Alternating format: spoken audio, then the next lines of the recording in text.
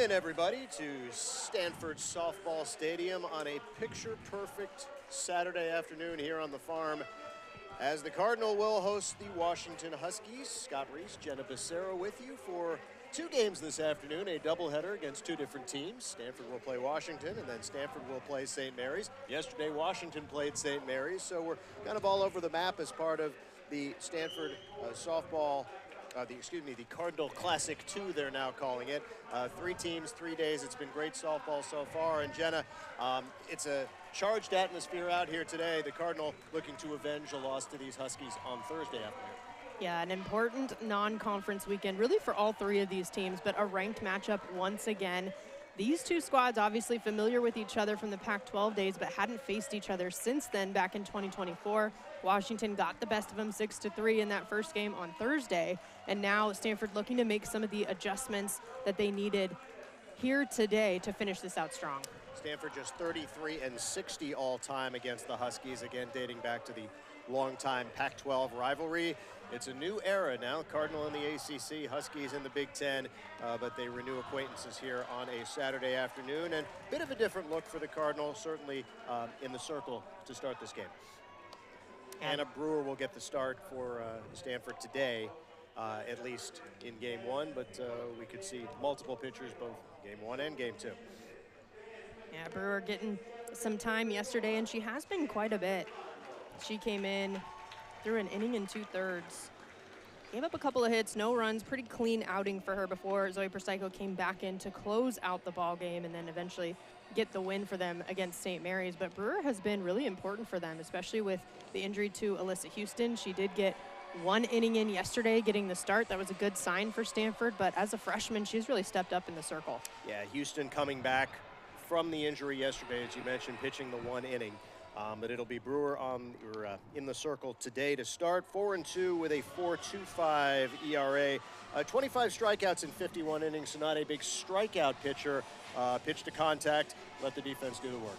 That's exactly right. She's known for her down pitch, that drop ball, and if she keeps it down in the zone, she lets that defense work. Exactly to your point, can produce a lot of ground balls, and the defense looked solid yesterday. Clean softball, no errors. They had a couple day one against Washington last time, so they're going to look to keep up that momentum. Stanford ranked 24th in the nation, 21-11 coming in, 9-6 in the ACC, good enough for sixth place, but of course we're taking a break from conference play here today, and then one more game against Davis before they get back at it next weekend at Florida State, and just about ready to rock here at Stanford. We got a lot going on here today. We got baseball, we got lacrosse. I think there are like 6 sports that have games today, so a lot of buzz on campus, and we're at the center of it all. Should be fun. Very high energy, love it. And Casey Burdick will lead it off for the Huskies. Burdick 418 on the season, just 1 home run, 23 RBI, prototypical leadoff hitter. Speedy center fielder, and in front of the plate, that is a fair ball. Nice play by Ava Gall to pounce and get the out at first base. Nope, they called her safe. Yeah, went off the glove there. Shepard couldn't quite hang on. And that's tough, but that's what speed does. It puts pressure on the defense. We saw the Huskies do that to Stanford. Already one error today. I talked about how important clean defense is going to be. 2 of those 6 runs on Thursday came from obstruction. Defense is going to be crucial. This is a Stanford team that will hit, that will score runs. That's been the story of the season. The question is not so much the defense, but the pitching. They get consistent pitching. They're very, very tough to beat. Alexis DeBoer stands in, the designated player.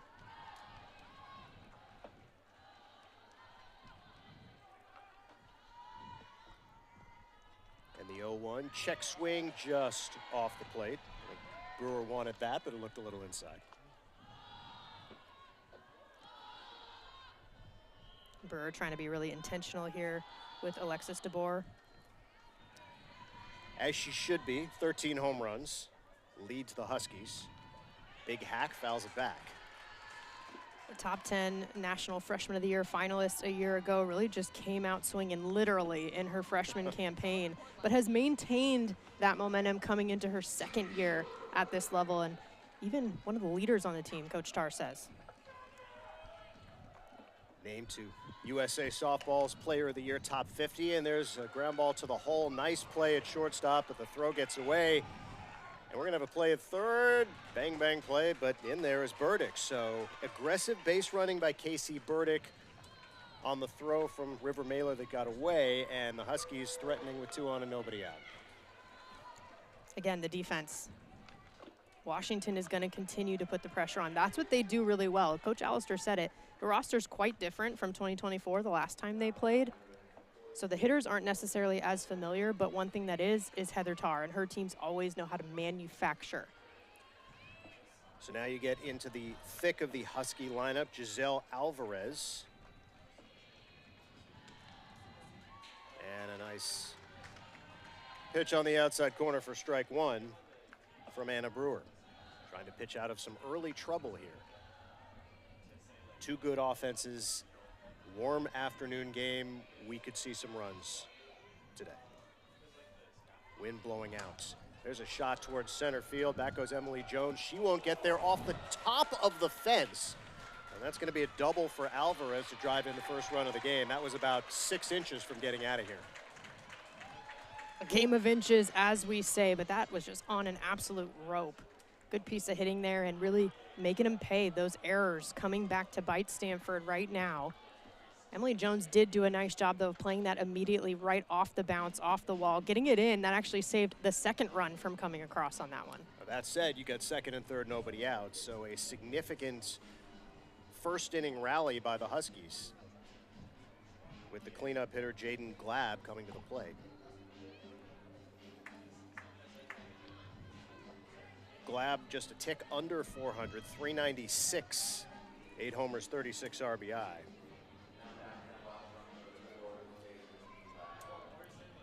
Well, this is a good Washington team. They're 32-7. Strange nuance, they're unbeaten at home. They're unbeaten on the road. All 7 losses neutral site. Yeah, best start in conference play in program history. They're 12-0, the only undefeated team in Big Ten play.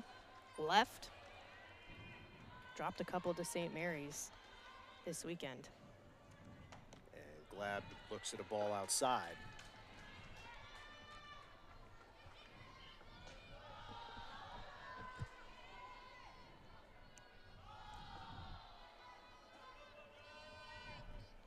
Glab's another one that has some pop in the bat. She's a power threat.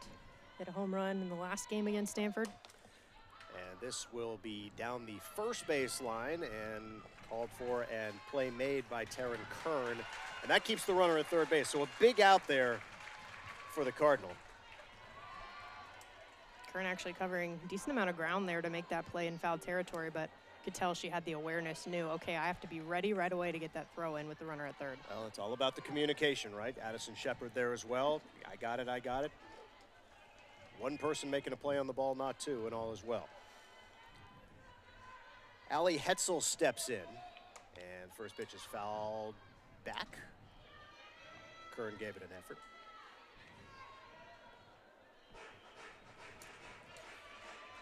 Hetzel 388, 6 homers, 22 driven in. And we have a conference on the third baseline. Yeah, it's interesting. We saw on the defensive side, of course, the infield coming in with the battery to have a conversation, and now talking about the plan. Heather Tarr is having that conversation with all the base runners, the hitter in the box, on deck as well. Jen Salling, the first base coach in her second season, an alum for Washington, bleeds purple and gold. I think that just speaks to, yes, you do have an offensive plan when you get into the box.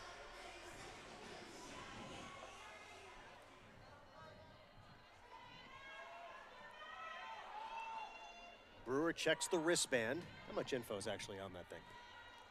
You really have scouting reports on every hitter?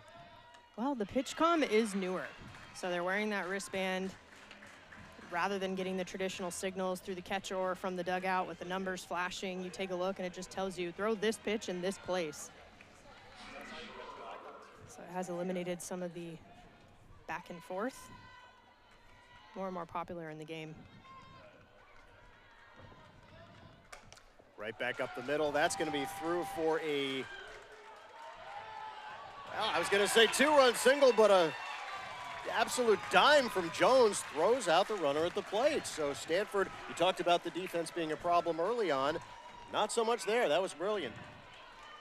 And a little bit deja vu from Thursday's game because Jones had a perfect throw on a dime, perfect one-hop textbook at home plate, but there was obstruction called and that run scored. So this time executed on both ends really nicely. So it is 2-0 Washington. Could have been 3-0. Alvarez cut down at the plate. And Ava Carroll, the left fielder, will stand in for the Huskies, trying to extend the lead. 2 outs in the inning. Washington with a couple of hard hit balls. Pitch is outside and low. Now 2-0.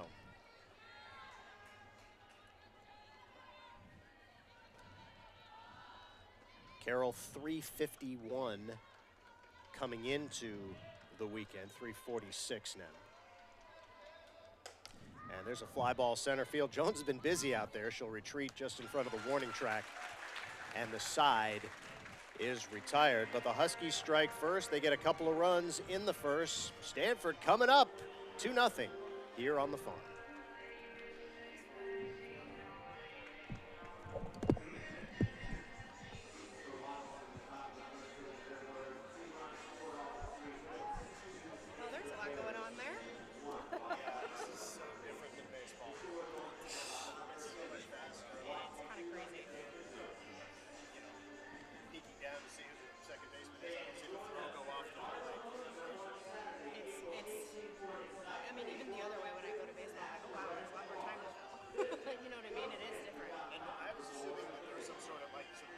So there used to be. So you're not wrong, there used to be. But yeah, they literally wear like almost like a watch like this. They usually wear it like this and they look and it'll say curveball outside or whatever. It's newer. It's newer. And they did used to have the, and some of them still do hitting wise, still have the chart and everything. But yeah.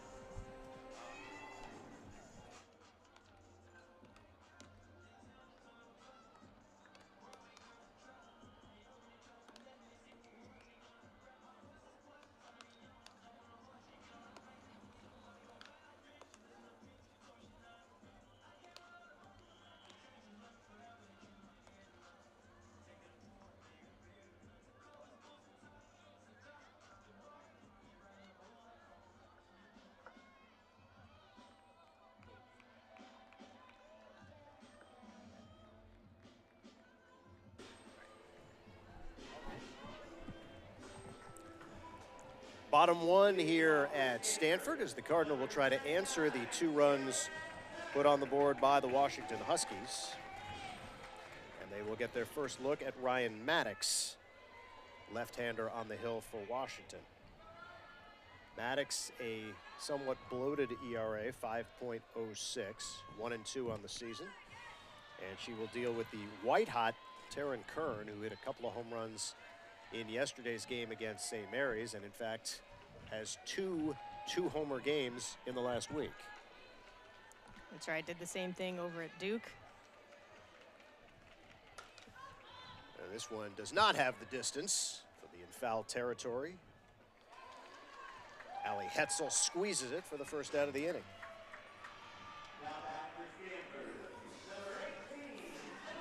Yeah, it looks like so DeBoer got the start as a designated player, but they put her back out there defensively over at first base. Oh. Hetzel was initially listed. Yeah. Oh. A little switcheroo on us. Okay. They should really check with us before they do that. It's wild they don't think about us. The bunt from Emily Jones, and a nice play by the late addition DeBoer to make the play and throw to Marley Teasley covering. It'll be DeBoer at first, Teasley at second, Melody Acevedo at short, Giselle Alvarez at third. Left to right in the outfield for Washington, Ava Carroll, Casey Burdick, Sophie Mazzola, the catcher, Jaden Glab, and as we mentioned, Ryan Maddox is the pitcher. Really a nice job by Maddox. 2 of the better hitters on this great Stanford offensive team. Be able to retire them quickly right after your team scores. I mean, that's really ideal. Chan fouls the first pitch back, hitting an even 400.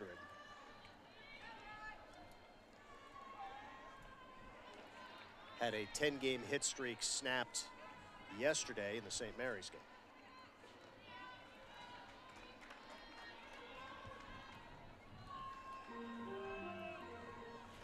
The defensive change that we are seeing, and you mentioned it, is that Teasley's over at second base. You know, Bubke got the start against Stanford over there. Reddy came in for her in game 1 between these two.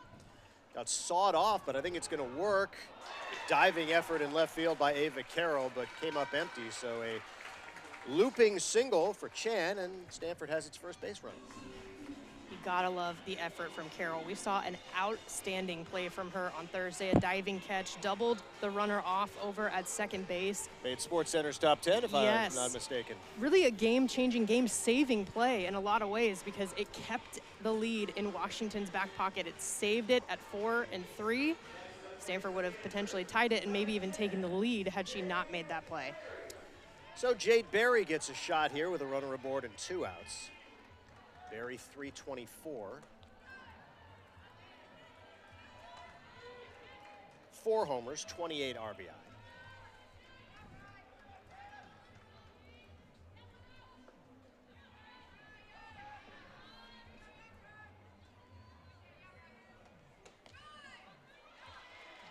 Generous strike call on the outside corner, and it's 0-2.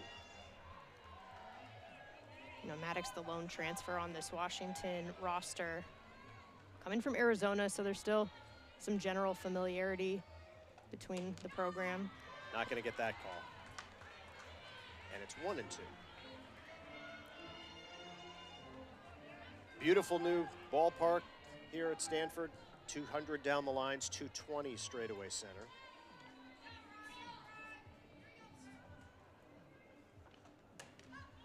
Pop straight back. Glab makes the play, and the side is retired. No runs, a hit, and 1 left on for the Cardinal. After 1 complete, it is 2-0 Huskies.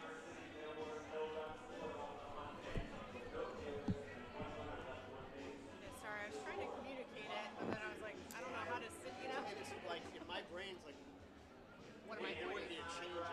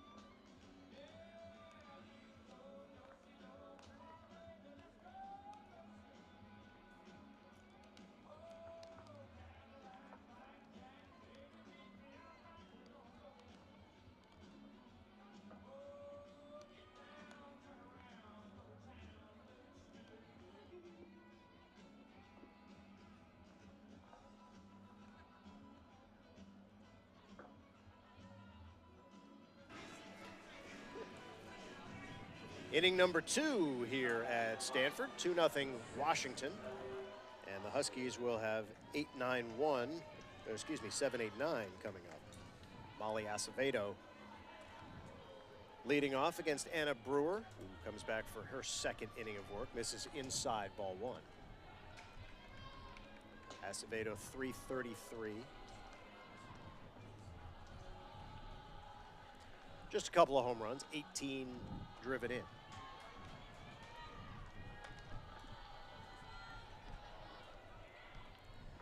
Setting Stanford defensively, we didn't do that in the first inning. Taryn Kern, Addison Shepard, River Mailer, Jade Berry around the infield.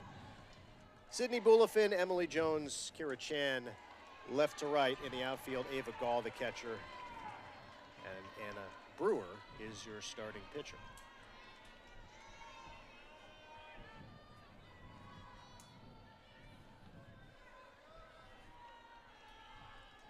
Right back up the middle, that is a bullet into center field. So again, multiple hard hit balls early on in this game for Washington.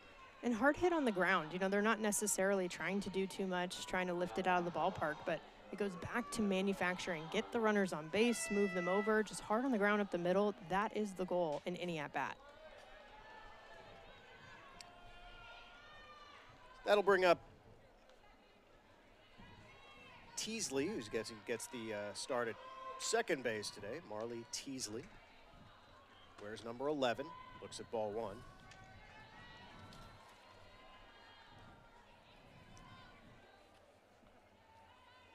Just her 13th start of the season.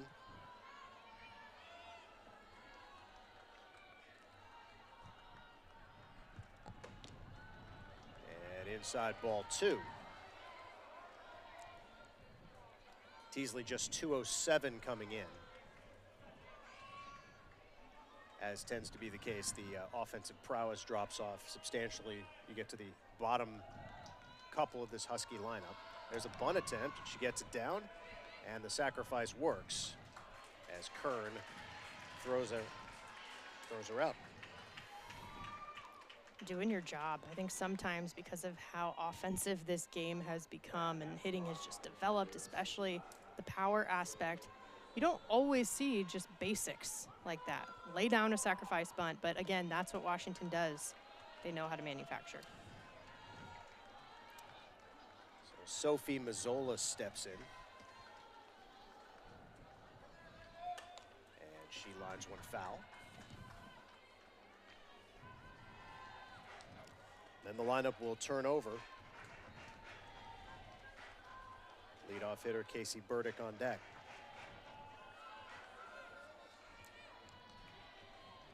Mazzola, 3 home runs, 17 driven in. And a strike.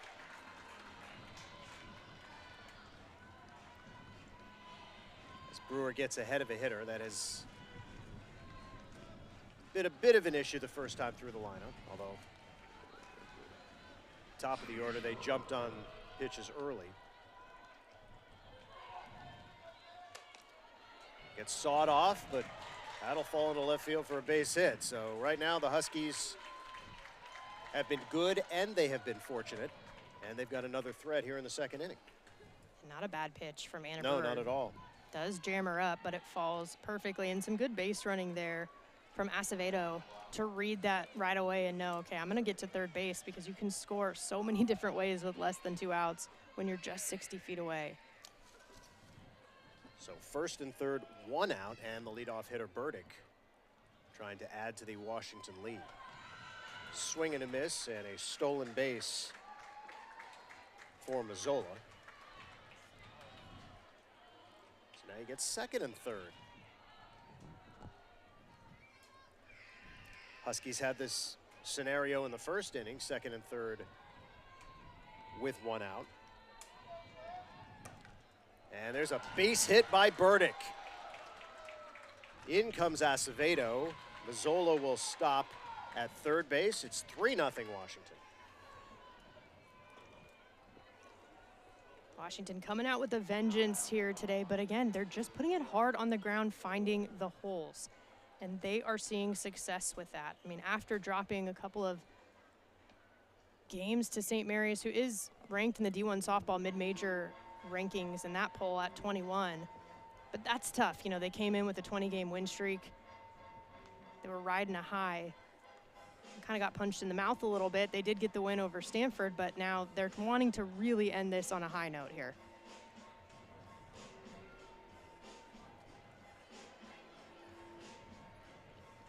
So a meeting at the mound, and we'll see how long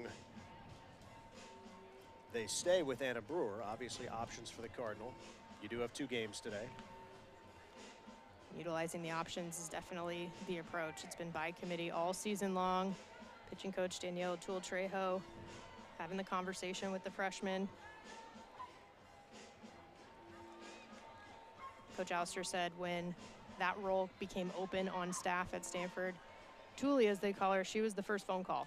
She had seen what she'd done, not just as a player, but in the coaching ranks at Cal, Fullerton, San Diego. She's really excited about having her join now in her 2nd season. A throw through, and we're going to get a double steal, or at least a steal of home. They will tag the runner out at first base, but Washington executes that to perfection. Burdick went halfway, stopped, got in a pickle. No play at the plate, and it's 4-0. Great job by the Huskies. Not really sure exactly what the thought process was for Stanford in that case to let that ball, that throw, go all the way through to second base.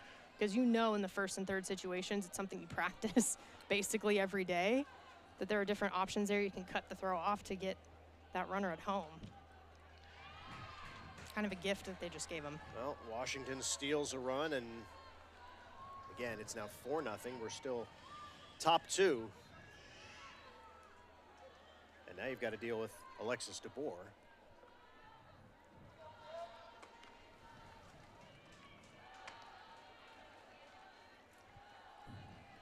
The leading home run hitter on this Washington team, albeit with bases empty here.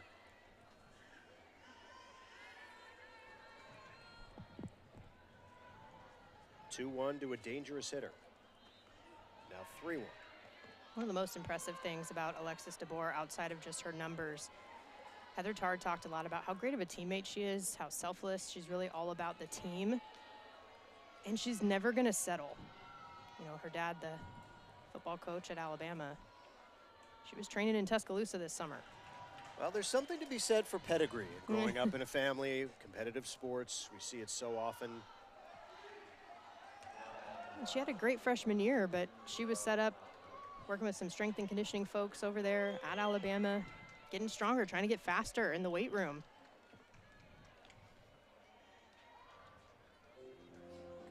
And we will have a players-only conversation as Jaden Glab, or excuse me, Giselle Alvarez, the three-hitter, steps in. That's another thing, actually, that Heather Tard talked about that DeBoer is working through and managing, getting used to, is that they don't pitch to her as much this year. They learned last year that she can leave the yard at any time, so they're a lot more intentional, so she is getting walked more. And how do you manage that? How do you stay disciplined when you're in the box, but also aggressive with anything close? And apparently the players-only meeting was a bit of a stall tactic because we are going to have a pitching change. Jessica Allister making the call. And Brewer's early stint in the circle is done. And doesn't mean she might not come back later in this one. We've seen her do that many times. So we're going to see Ava Belanti make her 10th appearance of the season for Stanford. You talked about by committee. The least used of the 5 pitchers for Stanford on the year. High ERA of 8.4, which has only thrown 8 1/3 innings. So I don't want to say uncharted territory, but Stanford definitely going deeper into the depth chart here again. Non-conference, a lot of games in 3 days.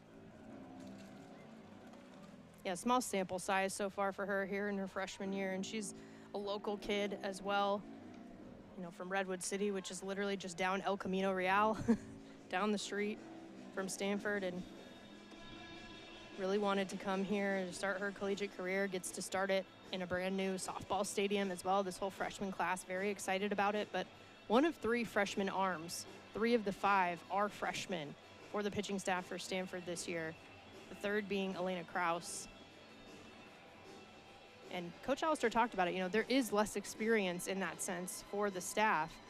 And she knew going into this that the defense and the hitting aspect of things was going to have to support the pitching. That's what they did last year, and they broke 6 program records offensively to help support that and make a run to the postseason. Guessing there are some friends and family in the crowd here as Belanti gets ready to go to work. And no easy task. Alvarez hitting .382, and she ropes one into right field for a quick base hit. DeBoer is going to keep going to third. The throw is in time. So Kira Chan, following Emily Jones in the first inning, throwing out a runner at the plate. Kira Chan throws out a runner at third, and that ends the inning. The Cardinal avoid further damage, but the Huskies get a couple.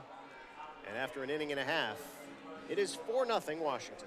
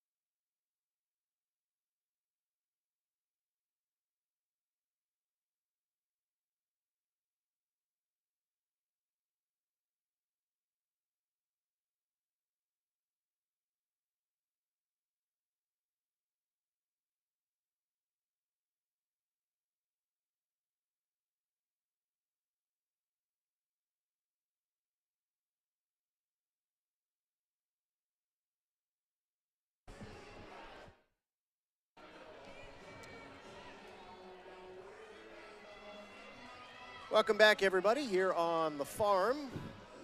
Inning and a half in the books, and Washington with a 4-0 lead over the Cardinal, but maybe some momentum thanks to the defense of Kira Chan, who threw a laser from right field to eliminate Giselle Alvarez at third base and end the top of the second. So Stanford going back to work against Ryan Maddox and the Huskies.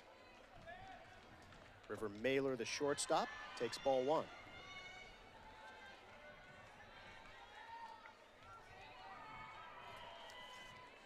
Mailer 330. 1 for 3 with a run scored in yesterday's game against St. Mary's. And down 4-0 early, you're looking for base runners. And she has multiple tools in the toolbox, too. She can lay down a bunt, hit 11 home runs last year.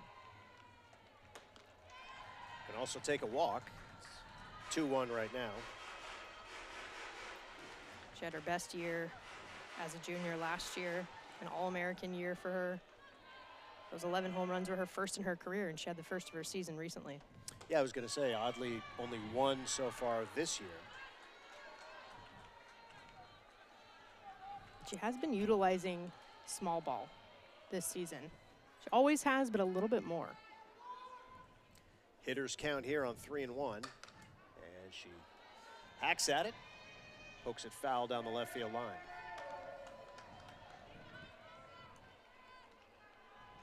Of course, River Mailer's mom went to the World Series as a Washington alum alongside head coach Heather Tarr, so very familiar with this program as a Washington native.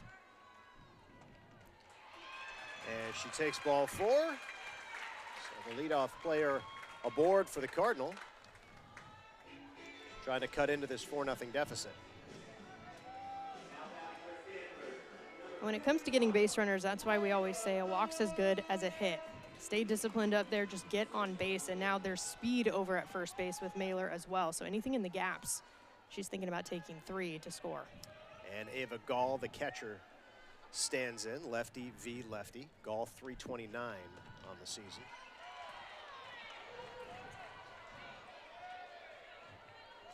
Of course, longtime Stanford fans, you see the last name Gall and you think it's got to be John Gall's daughter, former baseball star here, but in fact, no relation. Did see Ava Gall's dad riding his bike, though, at the parking lot earlier today. And it was not John Gall? It was not him, but he's in the house. He's supporting his daughter.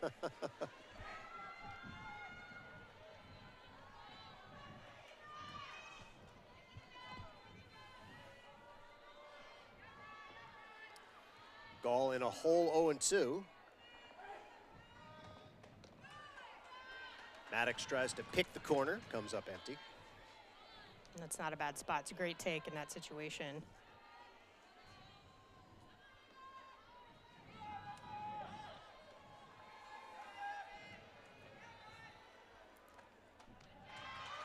That was an easy take, so 2-2. Right now, both Mailer and Gall staying patient in the box, which is key because when you have a 4-run deficit that you're trying to chip away at, sometimes you can get a little anxious. they stayed calm and poised. Well, and again, with this Stanford offense, a 4-run deficit, not such a big deal. And Washington knows that, too. So they're ready for that defensively, and then that's why they're going to keep chipping away offensively themselves. Big pitch here. Runner does not go, and the pitch is fouled away. Joey Economides on deck just avoided that. He's thinking that it's almost physically impossible for a left-hander to pull a ball that much, get you in the on-deck circle. You gotta have your head on a swivel. And yeah, some of the updates, too, you'll see the netting on the dugouts, so it does block a little bit more or higher up. 3-2 pitch just off the, oh no, he called her out. I didn't see the ump signal, but it is strike 3. Must have been a verbal ring up. I think it was a little dramatic on Yeah. the physical call there. I didn't see the arm punch. So a big call there and a big strikeout for Maddox. We do have the same umpiring crew, just shifted a bit from yesterday, so that's Bobby Martinez calling balls and strikes. And Economides steps in, always a long ball threat. Only 4 of them this year.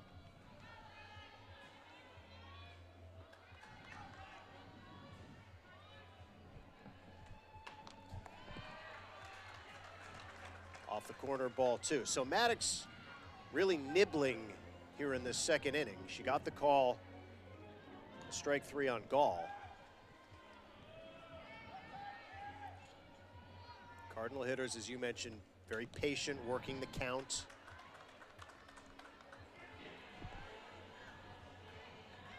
Maddox is a different look, too, coming from the left side. It is a lefty-heavy lineup. Economides and Shepard, really the two that are typically in the starting lineup that are coming from the right side. So that is an adjustment for the lefties to have to make. You know, Maddox had a solid high school career, 2-time high school All-American. She was California Gatorade Player of the Year back in 2023. She's a redshirt sophomore here for Washington. Threw almost 50 innings when she was at Arizona with 7 starts, but if she can get going in the circle a little bit more, she could be a key piece of depth for the Huskies. Taking all the way on 3-0.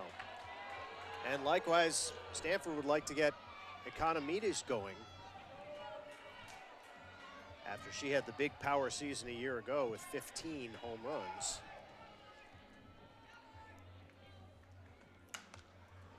Ground ball to third, to second for 1, back to first, and a terrifically turned double play.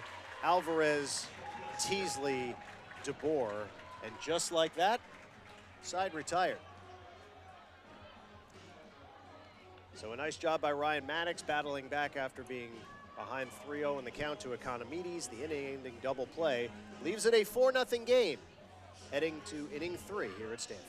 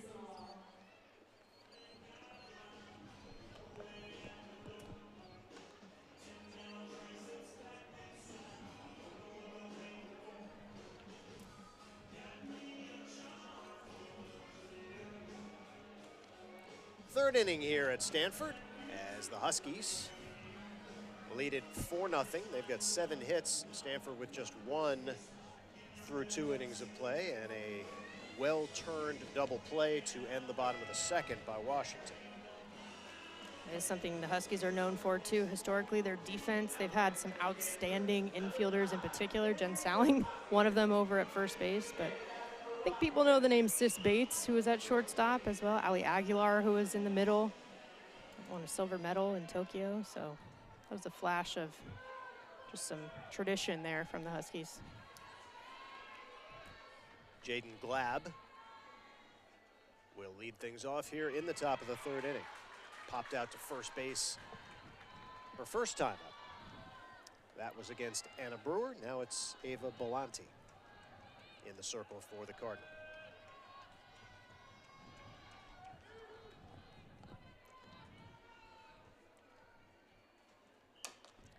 Chop foul. Well, again, you just couldn't ask for a nicer day to play two here on the farm. 76 degrees according to my Apple Watch right now. There you go. Yep. Sunny. Great way to spend a Saturday. Absolutely. And again, you're a Stanford fan, you come down here, walk around, get a potpourri of sports. We can see the lacrosse game across the way. Baseball's playing Clemson. Massive track meet here this weekend as well. Yep, yep.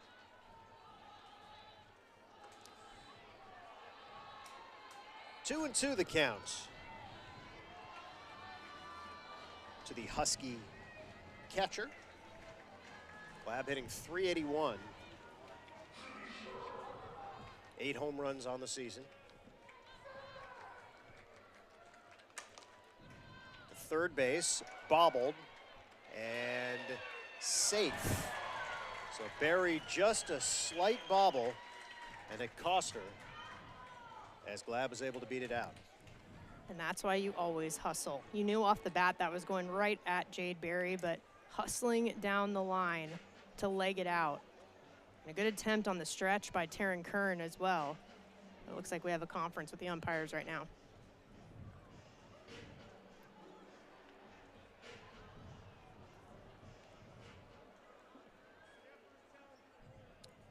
All right, Stanford challenging the play, so hold everything.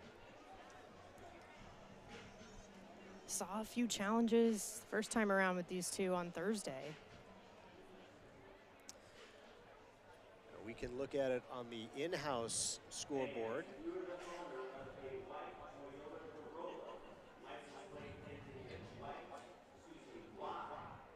And it was a really close play. It was indeed. And we're going to get a good look at it here. Boy, that's close. And I always say what they're looking at. First of all, they'll have more angles than we will. Yep. We can see some of what they're seeing on the video board here in the stadium, as you mentioned. But they do have multiple angles that they can take a look at. The call on the field matters because they do have to have enough evidence to overturn it. From that first angle we saw, I don't know that there's enough if you wanted to overturn it, even if you do think there's a chance she could have been out. Even if you're pretty sure she's out, that's not enough. As we know, across all sports, has to be 100% conclusive video evidence. And we'll see if they can determine that. I imagine if the play stands, it'll be an error on Barry. That would be Stanford's third of the game. And again, we're only in the third inning, so Right. you talked at the outset about the importance of being clean defensively. That would not qualify. And this is a defense that typically can be relied upon. You know, the pitchers, generally speaking, that's what they do. They try to produce ground balls, pop-ups in the air for their defense to go to work. So it's a bit uncharacteristic of them to be making some of these miscues. Well, we told you this was a super close play, and so not surprising that they're taking a lot of time. Yeah. Utilizing all of those angles that you alluded to. I mentioned Bobby Martinez behind the plate, but Jack Hawkes over at first, Mark Maciel at third. Again, the same crew that we saw yesterday, but they've all shifted one position over. These a lot of the same umpires from your playing days? Some of them. Yeah. Yeah, it's wild how tenured some of the umpires are. Sure. All right. They have emerged.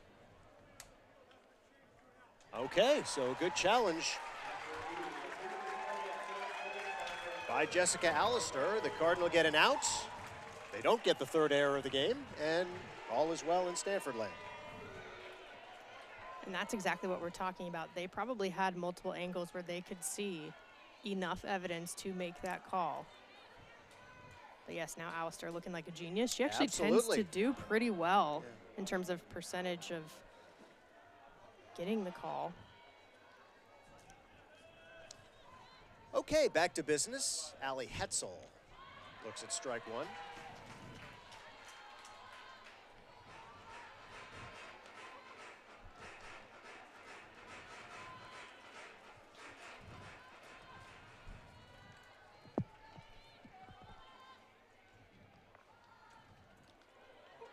And that was behind her.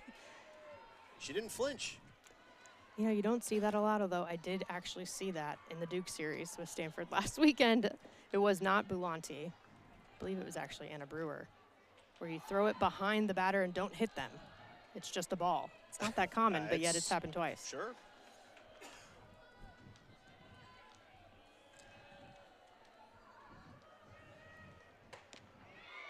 And got the corner there, so it's 1-2 to Hetzel.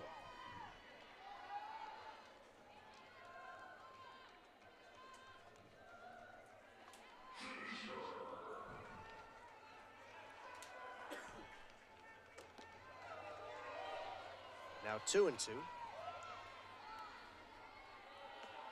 Boulanti's not afraid to work that inner corner. That one obviously a little further in. She's trying to paint. Swing and a miss, and the throw down to complete the strikeout. So a nice job by Boulanti, and there are 2 away. Changing speeds is so crucial at this level. Changing eye level, using both sides of the plate, and changing speeds. Can't be predictable, can't let hitters get comfortable.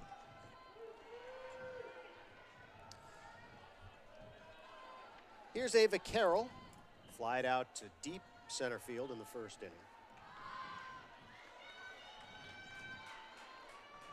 And actually, Izzy Kakatian behind the plate now, working with Boulanti, and we've seen that at times as well. Some catching changes with certain pitchers, matching up as a battery.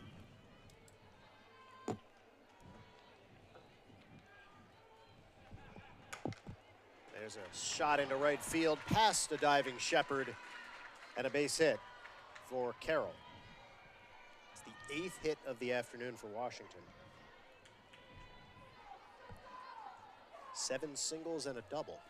I was just about to say most of them have been singles. Yep. It's not like they're getting a ton of extra base hits, but they're consistently passing the bat. So Acevedo will step in, trying to extend the inning. And that's foul down the third base line. Acevedo singled and scored in the second. Stanford looking to put up its first 0 of this ball game.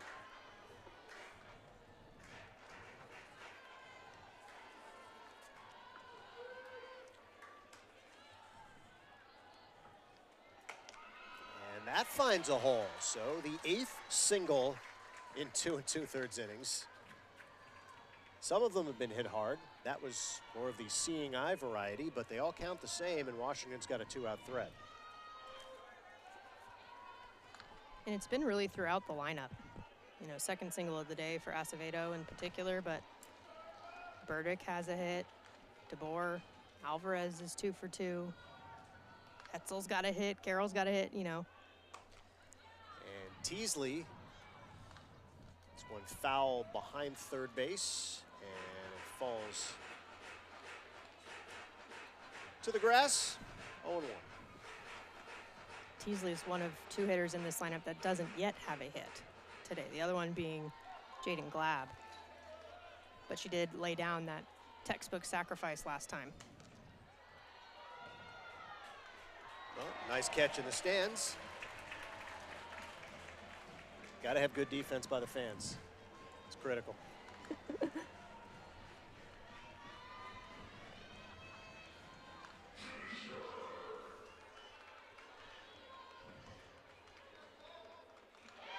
Pulled the string on her, and that is going to be the second strikeout of the inning for Ava Belanti. So a nice job working out of trouble.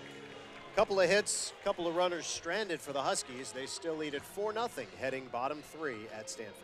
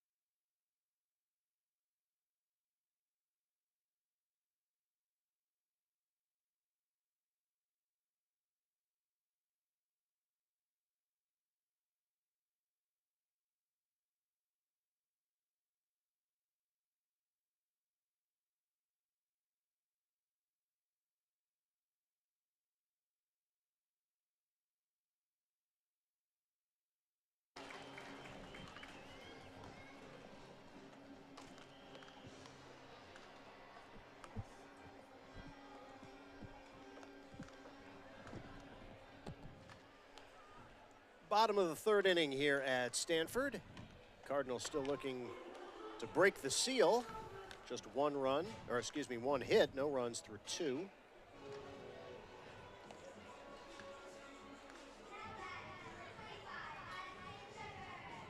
They haven't gone through the lineup yet. That's the thing, too. They have not. In fact, it'll be the 8-hitter, Addison Shepard. Washington's nearly gone through the lineup 3 times, and Stanford's still trying to get through for the first one.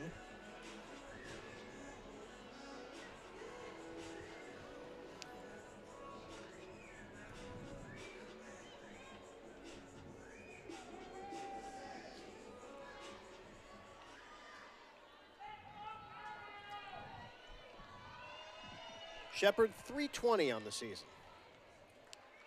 6 home runs, 24 runs batted in, and looks at strike. Okay, no, looks at ball 1. Thought he was going to ring it up. It's been really impressive, the immediate impact that Addison Shepard has had. It's the Stanford lineup that returned 6 of its 9 top hitters from a year ago. And that is driven to left field, and that is a no-doubter. Stanford is on the board. Addison Shepard with her 7th home run of the season. Right off the bat, nothing sets the tone like a lead-off bomb. Addison Shepard has shown off her power as a freshman, but a timely moment right now to get Stanford going offensively. Yeah, boy, did they need that. Only 1 hit through 2 innings. The second hit is a blast. It's a run, and the Cardinal now with momentum. It's 4-1.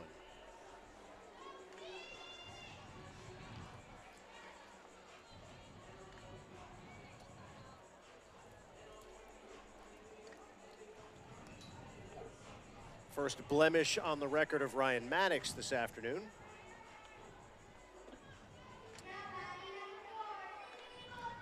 And that'll bring up Sydney Bolifin, trying to add to the Cardinal momentum.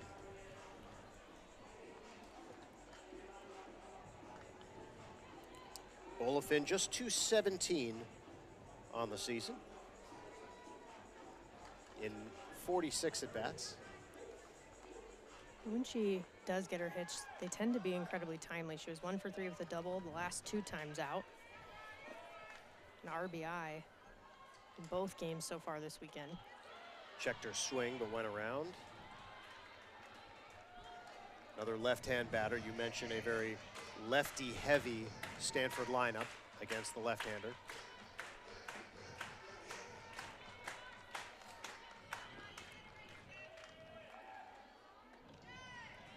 Took something off there. It's ball 1.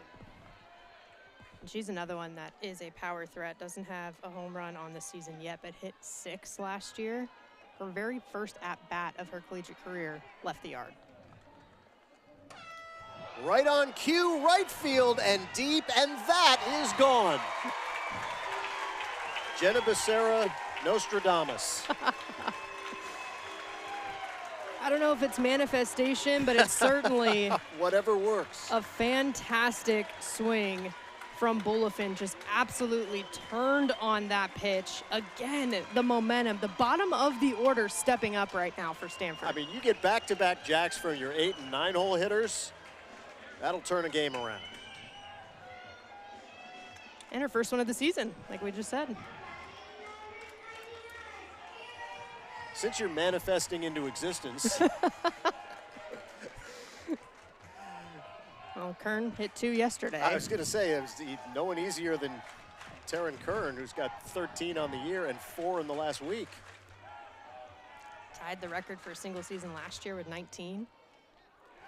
Or take a pitch off the kneecap and take your base. She also leads the team year after year in being hit by the pitch and walks. So she just gets on base. Home runs, she'll just get on base and come back around real quick and go back to the dugout. But she gets on base. She's actually in the top tier in terms of active players nationally in that category. I mean, on-base percentage of .562 is impressive. She's slugging over 1,000. I mean, this is just an unbelievable season that Kern is putting together. Leads the nation in career hit by pitch of active players. Well, there you go. And now you can add one more. And walks. And we are going to have a pitching change as Riley Rabine will get the call. Try and stop the bleeding here for Washington in the third. Obviously the right move in this moment, because not only are you taking a look at the home runs, but it's what does a pitcher do after that? How do they react? And hitting the next batter, that's not going in the direction that you're hoping for. So a solid first couple of innings from Maddox, able to get that out of her, but now making the move, it's the right time. Rabine 1-0 with a 4.62 ERA. 16 and 2/3 innings, 16 hits. 15 strikeouts, 11 walks in those 16 and 2/3. So prone to bouts of wildness as Stanford tries to add on here in an inning they've already scored 2. And coming off some high moments is Riley Rabine. She threw combined for a no-hitter alongside the reigning Big Ten co-pitcher of the week, Ramuno. And she's been one that they've gone to out of the bullpen as well. Certain moments, not even 17 innings pitched yet this season, but has come in handy when called upon. Stanford will now adjust to the right-hander, which, again, with a lefty-heavy lineup, should not be problematic. I don't know, going back to Kern, if you're a player, do you want to lead the nation in hit-by-pitch? It means you lead the nation in bruises, most likely, as well. Exactly. I think because she's a leadoff, she kind of does, in the sense of she wants to get on base. That is your job as a leadoff, so she will literally take one for the team constantly. But she has been a little more aggressive in the box recently, too, so she's been putting the ball in play a little bit more than last year. As the 13 bombs will attest. That's right. So here's Emily Jones, who starred defensively for the Cardinal in the first inning, made a nice catch, the warning track in center field, threw a runner out at home plate. Now a chance to contribute with the bat. And Jones is due. She's 0 for the weekend. Very uncharacteristic for her, especially with all the tools in her arsenal. And a ground ball for ball 1, and safe at second base on the steal attempt. Nice slide by Kern. That was a good read by Kern. I don't know that she was taking off immediately on the pitch, but she saw it in the dirt. Knows her own speed, knows she might have had an opportunity there and stayed aggressive.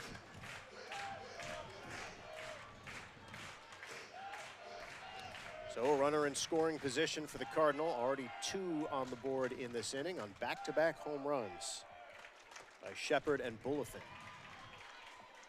Jones just standing in and hitting away so far in her approach in this at-bat, but the corners are well in front of first and third. Yeah, they're not buying it. Because you can't get beat in front. I mean, if they hit it past you, tip your cap to them. That's what coaches always tell your corners. But if you swing away, she can burn them. She does. Nice play at second base by Teasley, but the throw is wide. So an infield single for Emily Jones. Once again, Jenna manifesting it, saying she was due. She was 0 for the weekend. She's not 0 for anymore, and Stanford has runners at the corners. Yeah, once that hit the ground and took a couple of hops, that second time it hits the ground, you're like, okay, with the speed of Emily Jones, she has a chance here, and she made it happen. But that stolen base also, look, because now Kern's over at third. Absolutely. So that extra 60 feet, take advantage. Washington's done it, now Stanford's starting to do it. Well, you got the heart of the order coming up, Kira Chan. Looks at ball one.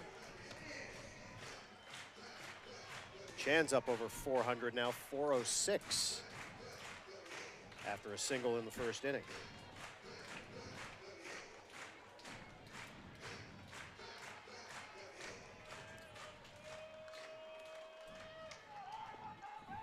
That pitch clock is at 1.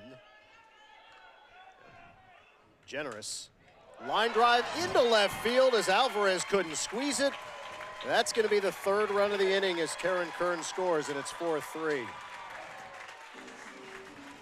That ball was hit hard by Kira Chan. That is why they call it the hot corner. Might have been able to get a glove on that, but I wouldn't be surprised if it's immediately ruled a single. We will see on the scoring, but either way, it's a run for Stanford. We got a one-run ball game, still nobody out.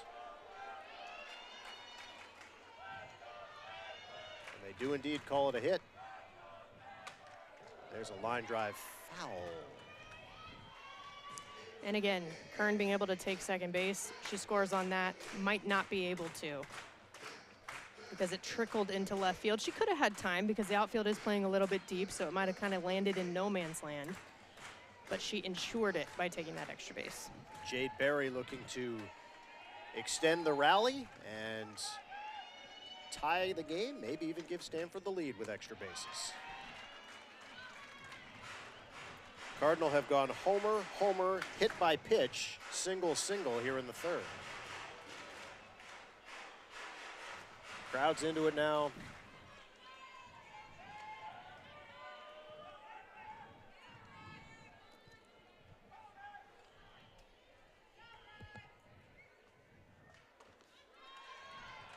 And it's 2-1. It's a good take. See what your teammates have done in front of you. You could easily get a little anxious. Jones at second, Chan at first. And the 2-1 coming to Jade Berry. Ground ball to first base.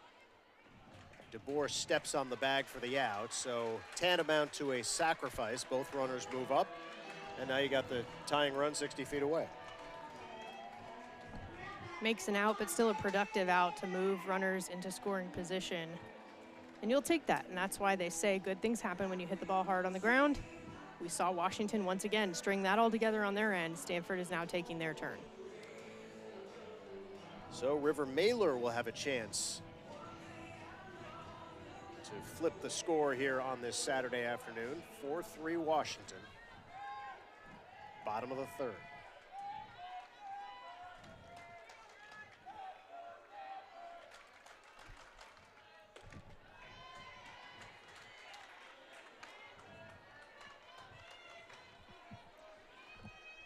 I would imagine Rabine will be a little bit careful here with River Mailer with first base open and a right-hander on deck. And that is going to be foul, deep, but foul.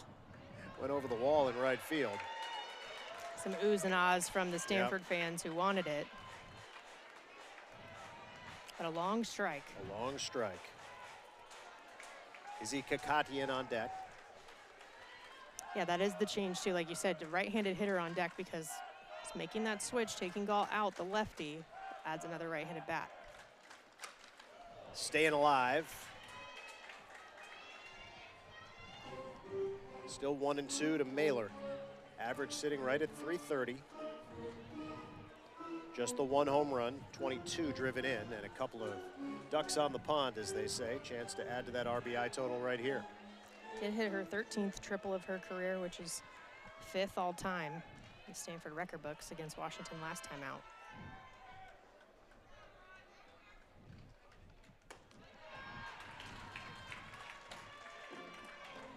Evens the count at 2-2.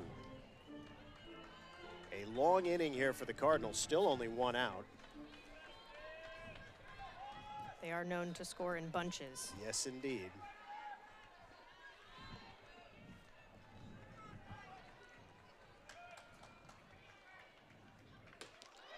And ball 3. So again, first base open. Rabine doesn't have to give in here.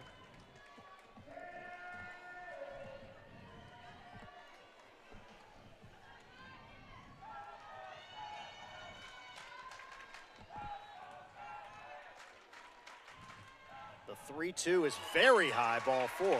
So now the bases are loaded, and Izzy Kakatian will have her first at bat of the afternoon. Definitely being careful with Mailer, knowing that now they have some options defensively. You can get the force at home, possibly turn 2 if anything's on the ground in the infield. But an opportunity here for Izzy Kakatian to make the most of getting a chance in this one. Comes in hitting 286. She's got 7 RBI and could certainly pick up a couple here with a base hit. And she goes up there hacking, fouls it off. That time the fan deciding business decision was in order, pulled the hands back.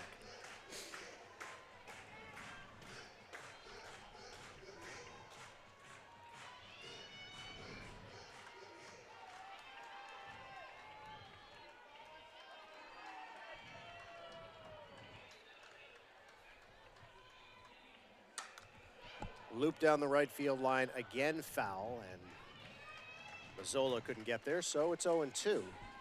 And you think twice about making that catch anyway. Yes, it's the second out, but that's a guaranteed run to come in and ties the ball game. Absolutely.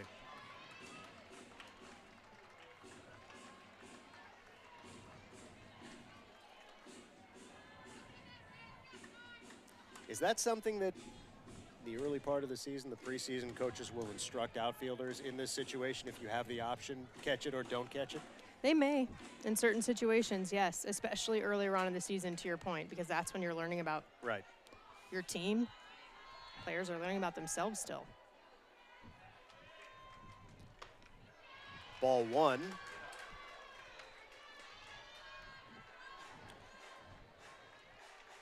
It's a good take. Not a bad idea from Rabine. Joy Economidis looming on deck. Kakatian trying to tie this thing or give Stanford the lead. Ball 2.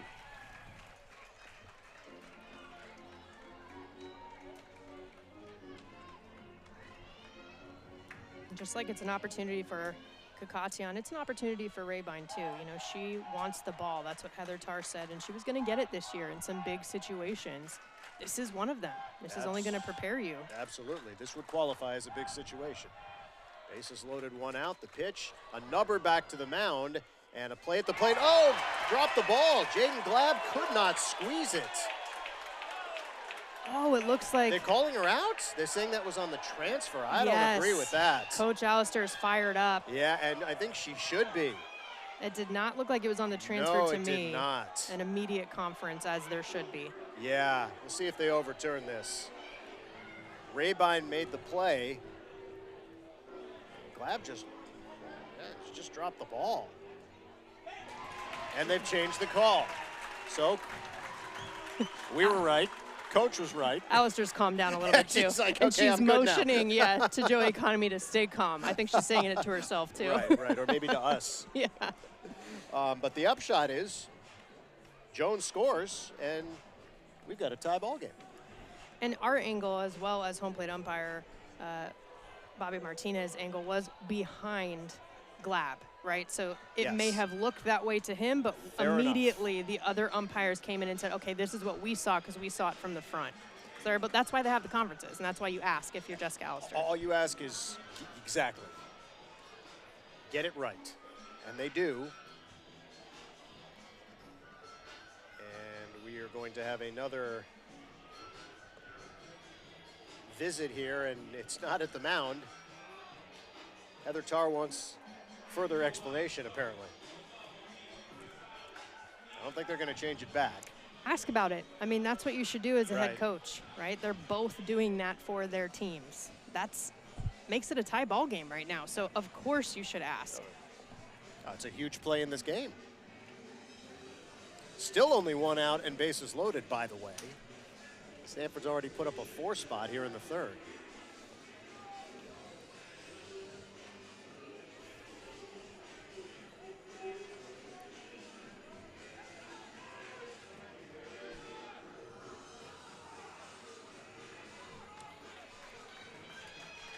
So here is Economides. 15 home runs a year ago, 4th most in Stanford history.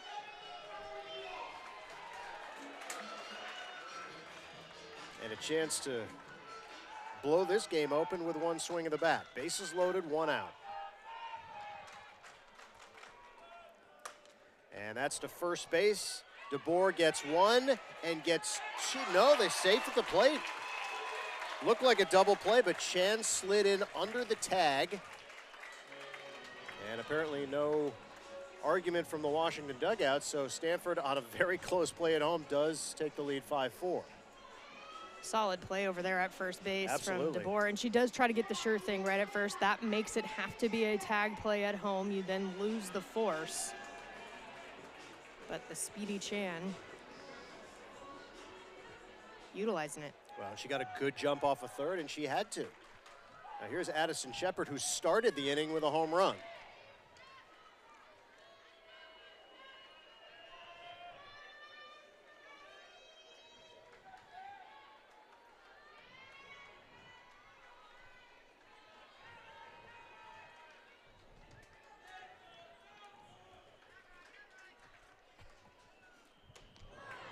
Good pitch.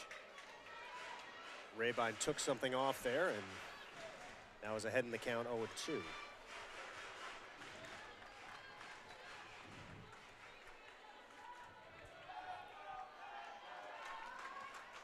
Well, I mentioned that Stanford hadn't been through the full order yet.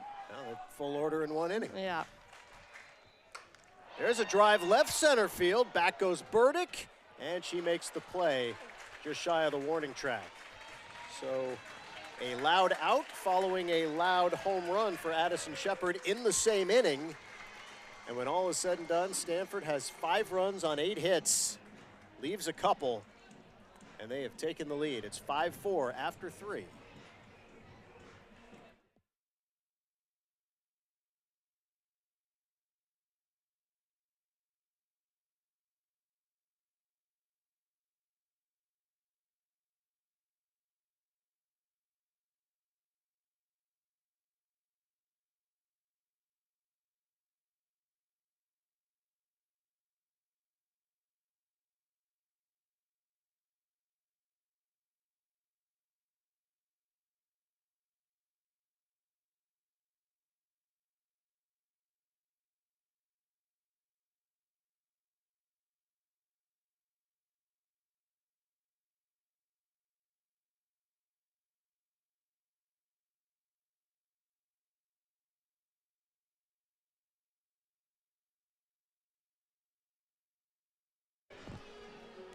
Stanford puts up a 5 spot in the bottom of the third, leading Washington now 5-4 as we head to inning number 4. And for the play-by-play, I turn it over to my partner, Jenna Becerra.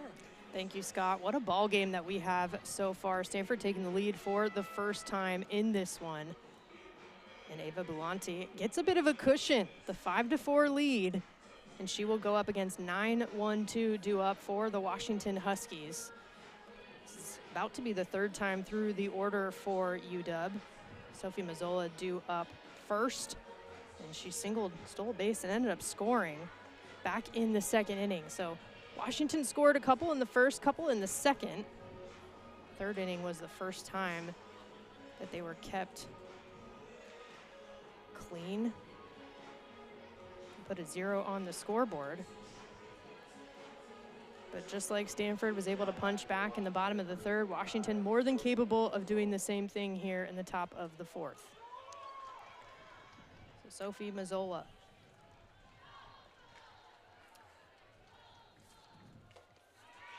As we talked about, these are two teams that can both score runs in bunches.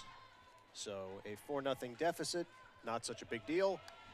A 5-4 lead, certainly nothing you can hang your hat on. Got a lot of softball left. Mazzola hitting .315 on the season. 23 hits. She's hitting .556 when leading off. So able to be essentially that second leadoff hitter in that 9 spot for the Huskies. Yeah, coaches love that. Swing and a miss there. Bulanti utilizing that off speed. Couple of base runners aboard back in the third inning, but Bulanti was able to get out of it. Got a couple of Ks on the day as well. Now a 1-2 count. Slap approach, popped up in foul territory. I got it. Just out of play. Scott was ready. I was ready. So you never know with the physics of this. You've done a bunch of games here. You ever get one in the press box? Not in the new stadium. Okay. In the past, yes. So a couple weeks ago at Sunken Diamond, and I didn't think it could be done physically with the height of the net, and you would need the perfect trajectory. It came in the press box and almost killed me. Backhanded off the back leg, a strong throw from River Mailer, and it's out number 1 for the Cardinal. That was a solid play from the shortstop. Absolutely, so smooth. That ball was hit pretty hard. So an important first out for Stanford, and once you get some momentum, you want to keep it on your side. Looking for that shutdown inning from Bulanti, who's done a nice job. She has, came in back in the second. Now going up against the top of the order. It's the first time today that Burdick has faced Bulanti, and quickly an 0-1 count. Confidence is so important with pitchers. You come in, you put out a fire, you feel good. You watch your team score 5 runs. Now you've got a lead, you feel even better. Come out here, get the first out of the inning. Right back to her, off her glove, slows down, but Mailer on the run makes a beautiful throw. And good defense behind you will give you some confidence too. The classic 1-6-3. And the defense starting to step up.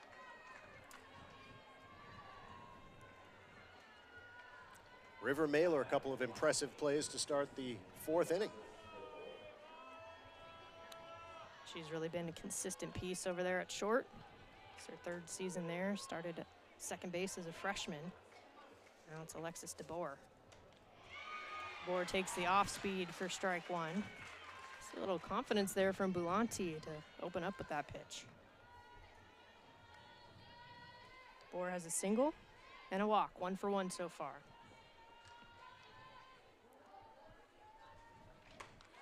Thought about it, but holds.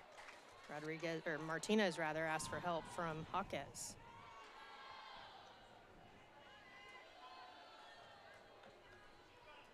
A 1-1 count here with 2 outs. Infield showing some respect to DeBoer. Low and in.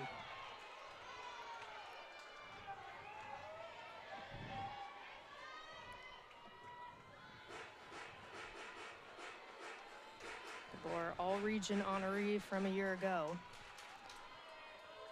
Helped Washington go to its 31st straight NCAA tournament. Waits on it.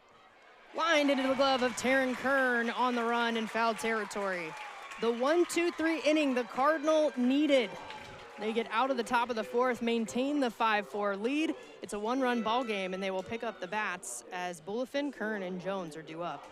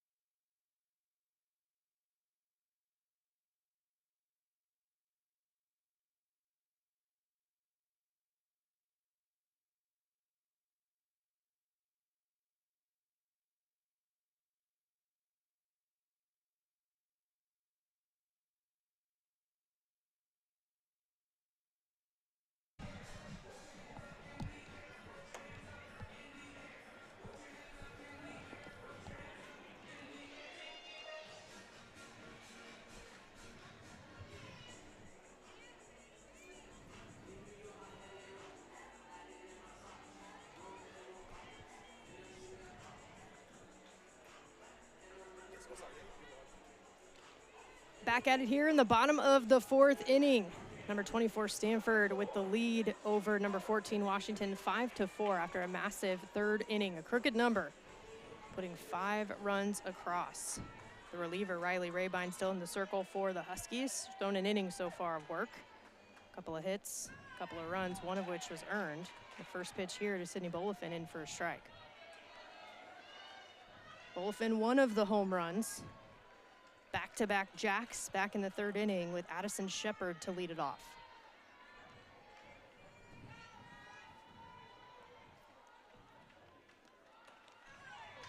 Jumping ahead quickly is Rabine.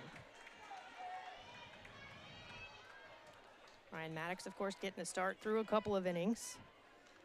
Allowed 3 hits, 3 runs, all earned. Had a strikeout and a walk.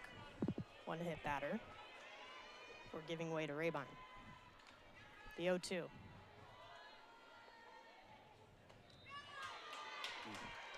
Called strike 3. Again, a very delayed punch out. The backwards K for Rabine. That is her first one of the day. She's now retired. The last couple hitters that she has faced. It's both home run hitters she retired. Addison Shepard flew out to end the 3rd. A strikeout there to Bolifin, but back to the top of the order now with Kern. First pitch in for a strike. She's jumping ahead so far this inning. Yeah, pounding the strike zone. Stanford hitters were very patient earlier in the game.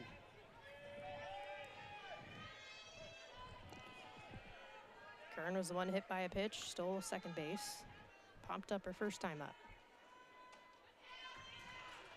Takes that outside for ball 1.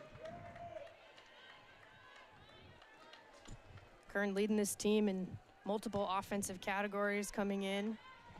The entire slash line, including her OPS. Runs scored, RBIs, doubles. To lead the team in RBIs as a leadoff, pretty impressive. Well, and she does not lead the team in steals. She stole her 3rd of the season last inning, but it was a significant swipe. Came around to score the 3rd run of a 5-run 3rd inning. Those 2 home runs yesterday now put her at 39 in her time at Stanford, tied for 4th. And she'll settle for a hot shot single there through the right side. And Taryn Kern now 1 for 2 on the day. Yeah, that was a rocket. Get that average up now over 430. Again, just a tremendous season. 8 players for Stanford coming into the weekend. Well, coming into yesterday, hitting .330 and above. She obviously leading the way at the top. Yeah, how about 430? And now it's Emily Jones. 1 for 2, got her first single of the weekend last time up. Chopped up the middle. Hitting away there, this time back to Rabine. She'll go for the force at second, gets the lead runner.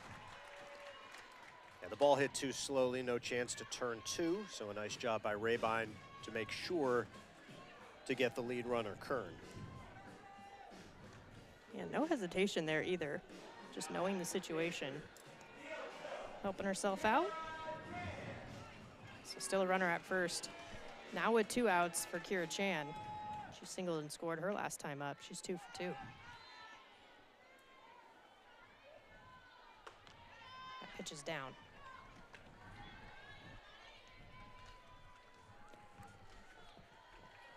Kern and Jones at the top of the order. 2 All-Americans. Chan, an All-Region honoree last year, who Coach Allister says flew a bit under the radar because her contributions. She felt like those numbers were right there with some of the All-Americans. She takes a strike there. She led the nation with the longest hit streak last year, 20 games. Second on the team with 59 RBIs, hitting .412.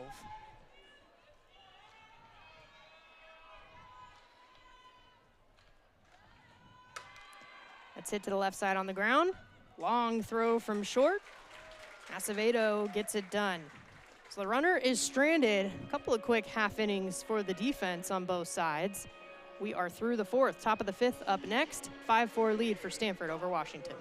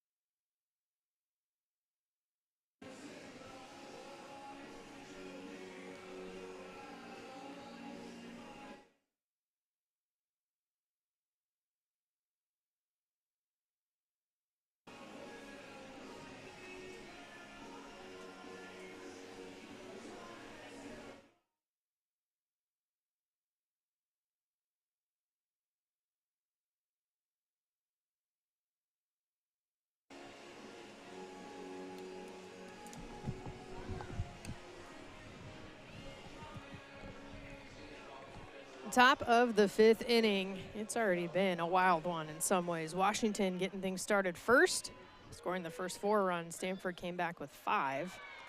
Now Alvarez leading things off for the Huskies as Belanti stays in the circle, getting the quick first strike. Alvarez, the most successful so far in the box today for Washington. RBI double in the first and a single last time. This time in the air, popped up. Left field, camping under it, and making the grab is Sidney Bolvin. Quick first out. Well, the scorecard for Washington looks a lot different. Innings 1 and 2 versus 3, 4, and now 5. Anna Brewer, the freshman, getting the start for Stanford through an inning and 2/3. And just on cue right here, it looks like that's going to do it so far for Ava Belanti, who's had a solid outing for Stanford. And they're going to make the move and bring in the ace, Zoe Presteico. A lot of credit to Ava Belanti for what she did. Absolutely. She was tremendous, came in to put out the fire in the 2nd inning and put up zeros in the 3rd and 4th, got the leadoff hitter here in the 5th, so couldn't ask for anything more. Again, a player who hadn't pitched a ton of innings coming in, and the numbers were a little bit inflated. This is going to make that season ledger look a whole lot better. And just building the confidence along with it, going up against a solid team like Washington. 2 2/3 inning, she threw 3 hits, no runs, couple of strikeouts as well in her back pocket. She faced 10 batters. And Zoe Presteico, who got the win yesterday. Houston got the start through an inning, but Presteico against St. Mary's would go a non-consecutive 4 1/3 innings pitch. She came in at the very end to get the final out, as Brewer made an appearance in between. Top 4 in the ACC in hits allowed per 7 innings, innings pitched, whip, wins, and saves. That'll do it. That will do it. Significant improvement from her freshman season to now. And she's going up against the heart of the order now here, 1 away, but it's Jaden Glab. 0 for 2 so far today. A little amped up. Adrenaline going. That'll be ball 1. Presteico with a 2.81 ERA. Ended her freshman year 5 on the dot. Finds the zone there to even it up at 1-1. 11 wins on the season. Nearly 95 innings pitched. That's already near her total from last year. Leading the ACC with 143 strikeouts. Pops up the bunt, gonna go in foul territory. Interesting idea from Glab, trying to do the drag from the right side. Cleanup hitter and catcher, bunting. Not traditional.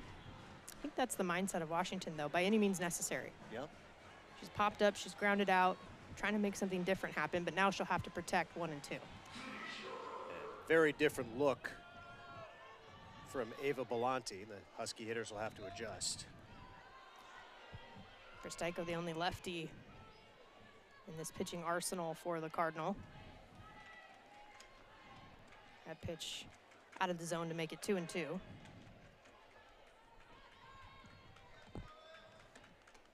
Up and in. Still Izzy Kakatian behind the dish, by the way. Gall, of course, got the start. So an underclassman battery still, with the sophomore in the circle and the freshman behind the plate. Payoff pitch. Swing and a miss, chasing upstairs. That's why the streets are calling her Zoe per strikeout. Yeah, that had some purpose. That was nasty. That is number 144 on the year. And there's 2 away here in the top of the 5th.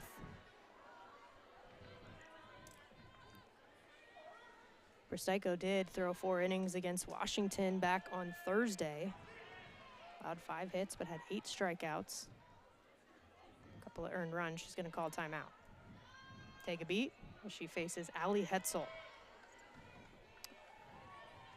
Single and a strikeout in 2 at-bats. Pitch just misses to make it 1-0.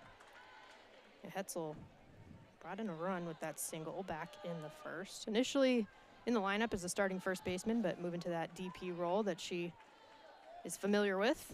Will take up and in for ball 2. Washington still out hitting Stanford 9-6, but 8 of those 9 hits are singles. Cardinal, of course, have the 2 long balls. Ooh, right in the helmet. Well, that's why they wear them. So Prystaiko leading the ACC in strikeouts, also leading the ACC in hit batters. The Nuke LaLoosh of college softball.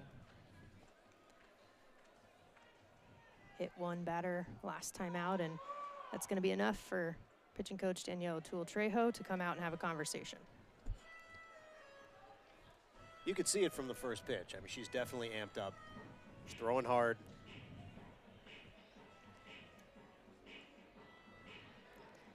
It's interesting because Thule, again, her nickname, listening to Prystaiko as well right now in the conversation. Not just speaking at her, right, but asking her, what is she feeling, what's going on, and it's a two-way conversation. Mark of a good coach. And on the other side, of course, the Huskies going to take advantage of this and have their own conference offensively. And it looks like we may get a pinch runner over at first base. Yeah, Mila Reddy, speedster. Yeah, we saw her get some time at second base in the first game, came in as a defensive replacement against Stanford.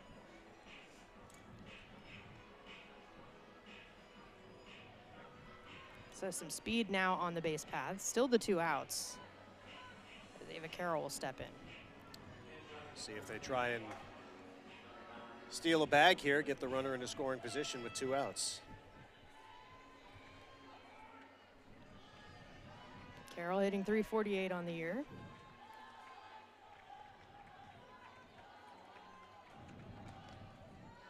Slap approach there to take ball 3. So Carroll with the advantage in the hitter's count.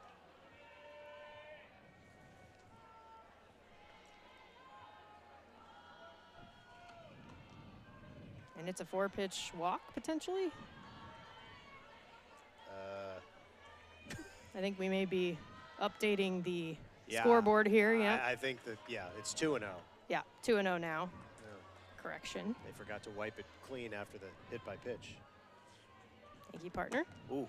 That is launched into right field. Will it stay fair? Not quite. Drifting foul. Look out, lacrosse players. That would have given UW the lead once again. But instead, what did we say before? A long strike. Long strike.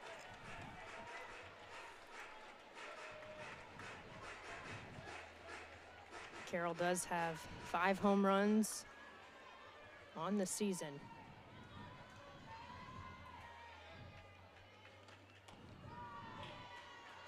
Now it's 3 balls, 1 strike.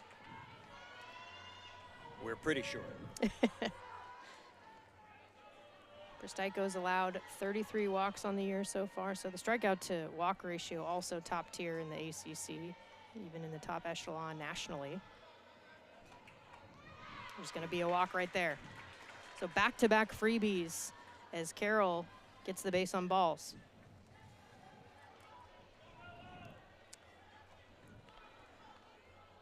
Tying run at second, go ahead at first. And Melody Acevedo now, who is 2 for 2 with a couple of singles. Prystaiko living a tad dangerously now, 2 on, 2 out.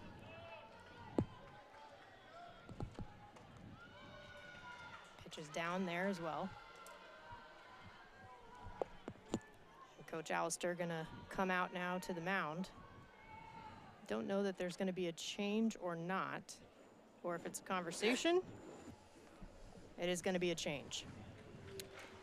So a quick, at least initial appearance from Prystaiko. She's been known to come back in potentially later on in ball games. But we will have a change in the circle once again. So we've seen Brewer, the starter, we've seen Bulanti, and then Prystaiko coming in. There are 2 other arms available, and we're gonna get Alyssa Houston. We're running the gamut here this afternoon. Stanford fans clapping in their excitement to see her back. Had not seen her in the circle since March 14th in the Notre Dame series here at Stanford Softball Stadium. Until yesterday, she got the start through an inning, clean inning against St. Mary's.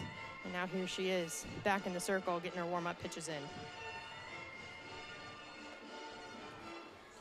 Junior from Benton, Arkansas. A lot of accolades coming into Stanford, high expectations. And a big situation here, certainly in a one-run game with 2 on and 2 out. Yeah, 2-time Arkansas Gatorade Player of the Year in high school, and then last year as a sophomore, made the All-Region second team as well as the ACC second team. Led the pitching staff in most categories. She had 150 strikeouts a year ago. Was good for 3rd in the ACC.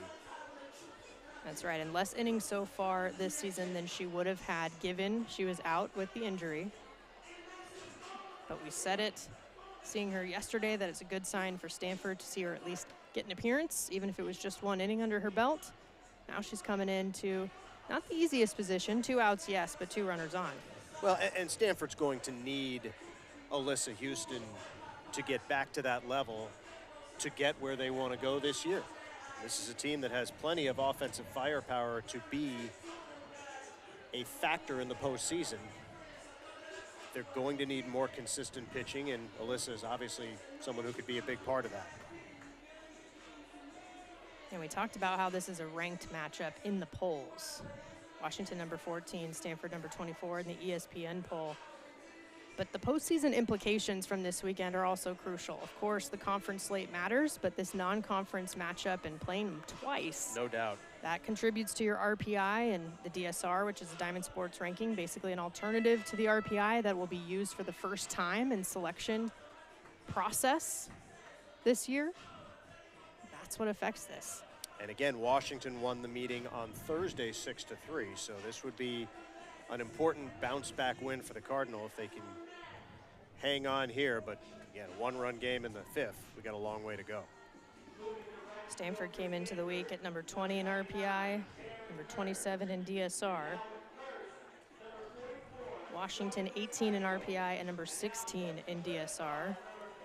Washington has some hosting aspirations as well that would require a top 16 seed.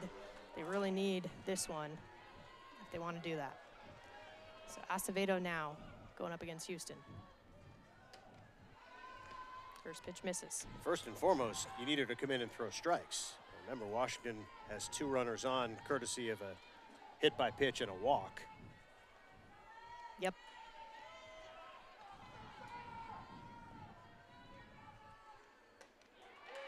There is the strike that was needed. It's now a 2-1 count. Did come in mid-batter. Houston thrown 26 2/3 innings this season, has 3 saves on the year, 2-2 record. That one's elevated behind the count, 3-1.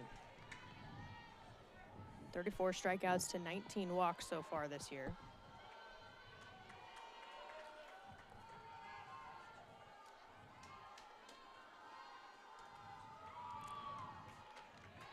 Finds the zone again. It's like we may get a pinch hitter if Acevedo is able to reach. Zuri Patterson is on the on-deck circle, in the on-deck circle. Full count, 2 outs, 2 on. Payoff pitch. Ball 4. Gonna load him. So 3 freebies in a row. A hit batter, a walk, and then another one from the reliever in Alyssa Houston. And we are gonna see the pinch hitter. Zuri Patterson will get the opportunity here. Heather Tarr making the change. Just her 24th at bat of the season. She's hitting .304. Does have a home run. She's got some power.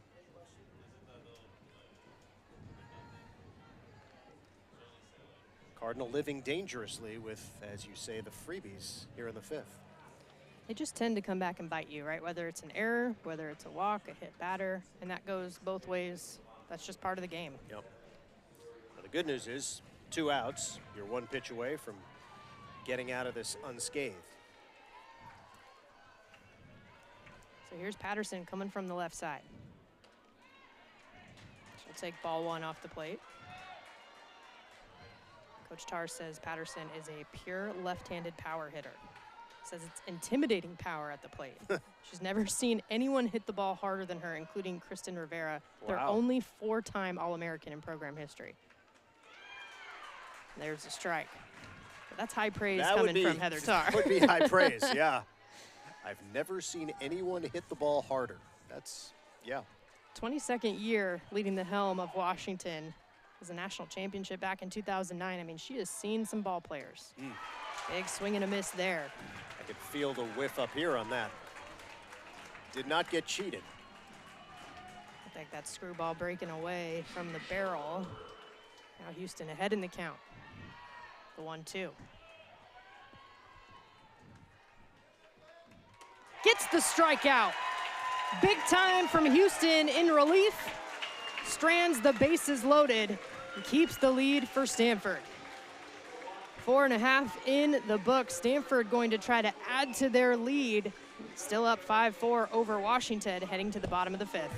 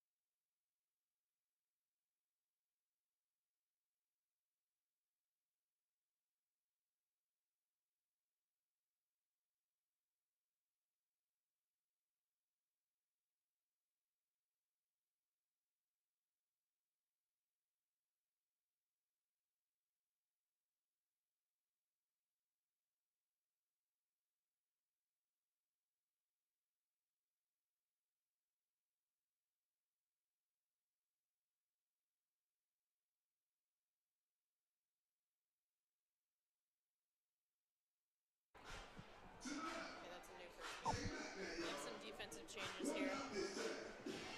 I'll mention.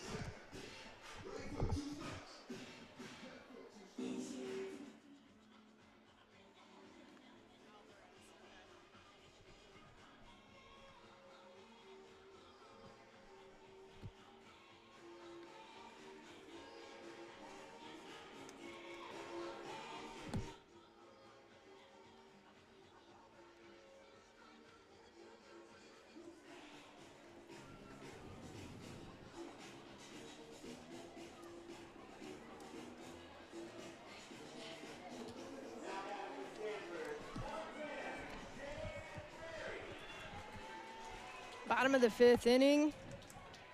Rabine still in the circle for Washington. Go up against Jade Berry. Kick things off. First pitch in there for a strike. Some defensive updates for the Huskies. Alvarez, who got the start over at third, has moved over to first base.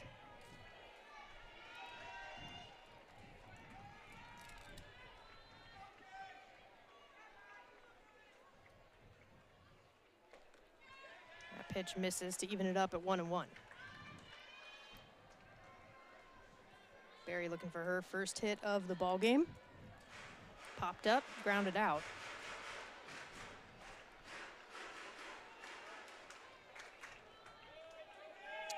Is that ready at third base? I thought I saw 9 on the back. Yeah, waiting for final confirmation, but very well maybe. We saw her come in and pinch run. Yep, the ponytail's in the way, but I think that's a 9. Yeah, she did come in for Hetzel as a pinch runner in the top half of the inning. Hetzel started as the first baseman. Lined into the glove, too, and she was ready. Yeah, there you go. Enter the game, the ball will find you. Mila Reddy making a play. Not skipping a beat over there in the hot corner.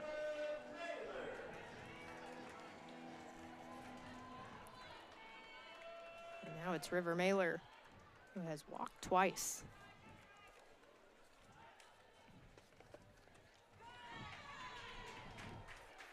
First pitch in for a strike, and really just solid defensive play. To come in cold like that, too, really impressive.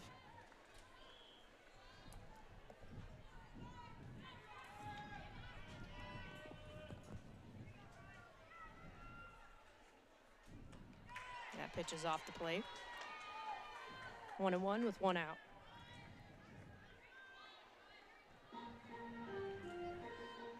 Mailer's been aboard a couple of times. Walk and a fielder's choice. No hits, but she has certainly impacted the game defensively.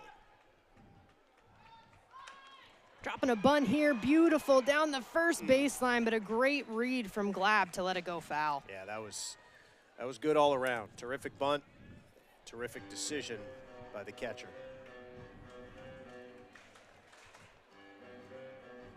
Good idea from Mailer, reading the defense. We talked about that, how she has multiple options in her back pocket. She'll have to protect now with 2 strikes.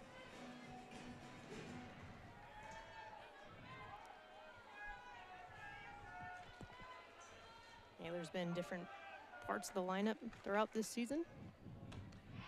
Takes that pitch upstairs.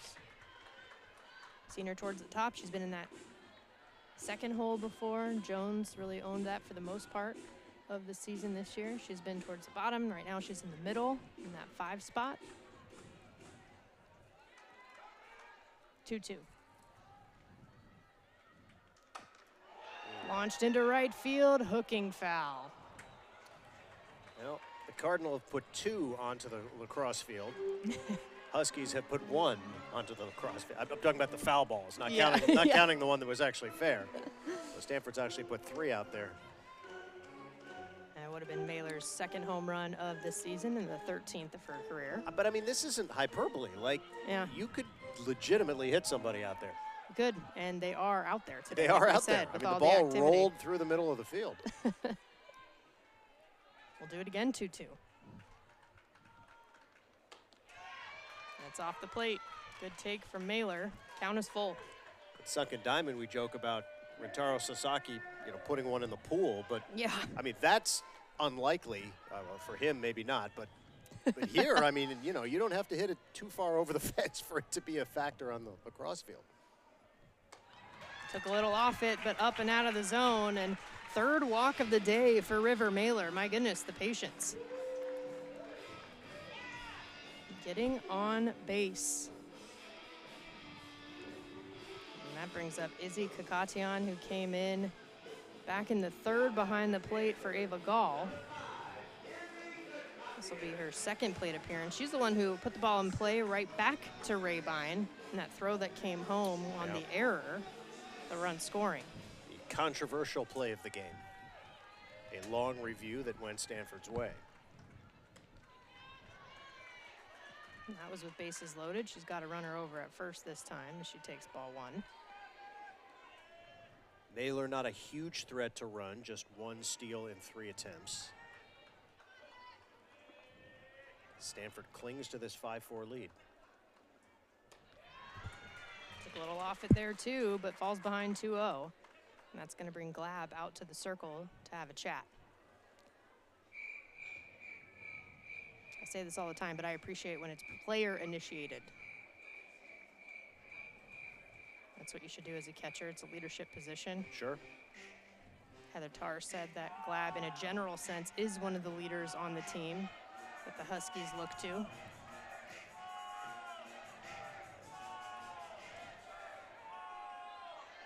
Conversation complete.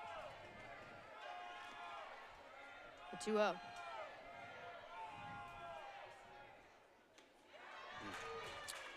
Up and even further out of the zone. Yeah, she's losing the feel. There is activity in the Washington bullpen. Too far away for us to tell who is getting warmed up, but Heather Tarr making sure they've got options. 3-0 in there for a strike. They may use one of those options if we see another base on balls here.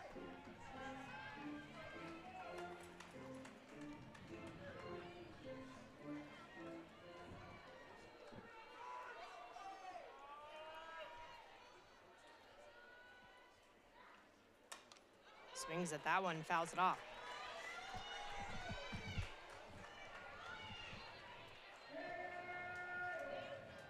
So Rabine working back in this a little bit. It's now a full count. Yeah, from 3-0 to 3-2. Again, we will see if they opt to send the runner with one out. Payoff. Lifted into the outfield, clears the wall. Touch 'em all, Izzy Kakatian. The two-run bomb gives an extended lead to the Cardinal. They're up 7-4. A 3-2 pitch. Rabine came right at her, and Izzy cranked it. Deepest part of the park. Stanford's third home run of the afternoon and a little bit of breathing room. Izzy making the defense dizzy as they watch that one go out of here. Really? It's the first game you've called with me, Scott. I let you get away with ready, but I got to call you on that. If you know, you know. And that is going to lead to the pitching change for Washington. And for Kakatian, adding another long ball on the season. I believe that's Allie Thompson. It is in Allie the circle. Thompson, indeed. So the right-hander starting to get ready here. 1-1 with a 2.90 ERA. Only pitched 9 2/3 innings on the season. 9 hits, 4 earned runs, 5 strikeouts, 2 walks. So very limited sample size. Also means harder to prepare for her and scout her. Not a lot of scouting. And that is something that actually both coaches have talked about in a general sense about being in their new conferences. Of course, Stanford familiar with Cal and the ACC, Washington familiar with UCLA and Oregon, but outside of that, the conferences are larger. They're not the same opponents that you've seen year after year after year. And you don't play everybody every year. Because the conferences are larger, you can't play every single team. So there are still some teams here in their second year in their respective conferences that they hadn't seen yet. So it does create a little bit more work on the scouting front in terms of preparation. That's a great point. Substantial learning curve when you switch conferences, and especially in both cases when you're going into power conferences. Not that they weren't in one already with the Pac-12, but you know, you're playing some of the best teams and best individual players in the nation. Seeing them for the first time, harder to prepare. Thompson will start her appearance in this one, going up against Joey Economides. She's got the bottom of the order due up if the inning continues here. Just the one out. But Shepard and Bulifin behind her, who would be scheduled to hit, also have home runs on the day. Well, we said at the outset this was a day rife for the long ball.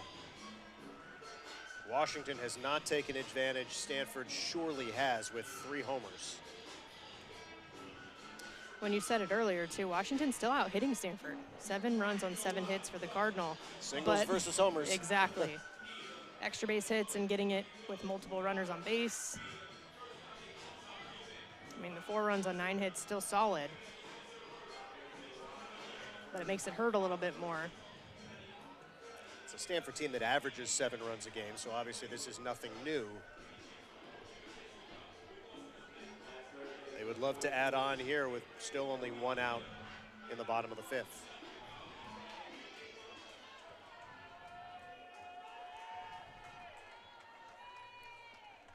First pitch to Economides is chopped up the middle. That's Acevedo with the throw to first, and 1 pitch, 2nd out. That's economical. 1 pitch, 1 out. Take that all day long, especially if you're pitching coach Brad Kilpatrick. He's in his 2nd season at Washington. He's a pitcher himself on the men's side. Won bronze at the World Championships and the World Cup for Team USA. That's what you want to see. Now it's Addison Shepard, who you don't want to see after the home run that she hit. She's 1 for 2. Flew out to center last time up.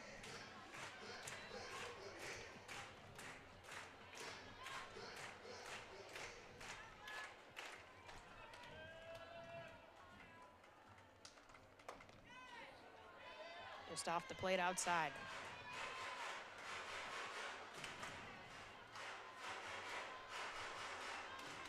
Shepard on the preseason watch list for D1 softball. The top freshman in the country. As was Izzy Kakatian, and I think we've seen why in this ball game. 2 home runs, 3 RBIs between them.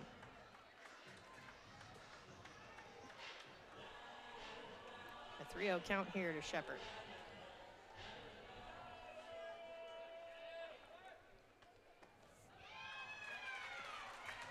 And she'll draw the walk.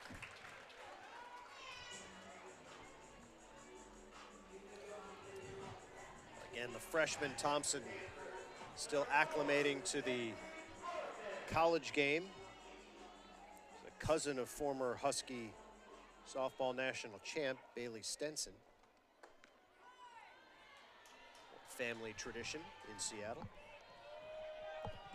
They do a nice job of recruiting regionally. She can play the field as well. She's got 7 at-bats. Second pitch is fouled and a quick 0-2. 8 players for Washington are from the state of Washington. That's the most of any region. Second most, California, 6. So some of them getting to come back to their home state. Fouls the 0-2 pitch. It's a good cut.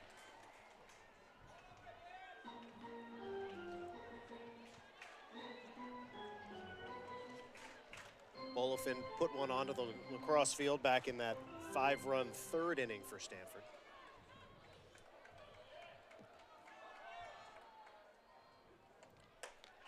That's wide. It's her first home run of the season. It was right on cue. Right on cue, as called by Jenna Bassett.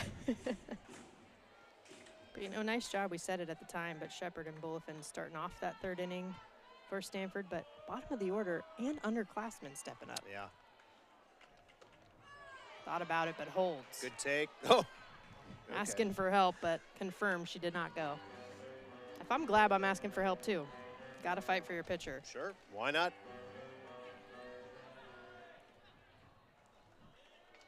Alistair trying to make sure she knows what the count is. It's 2 balls, 2 strikes, 2 outs. And Shepard still over at first.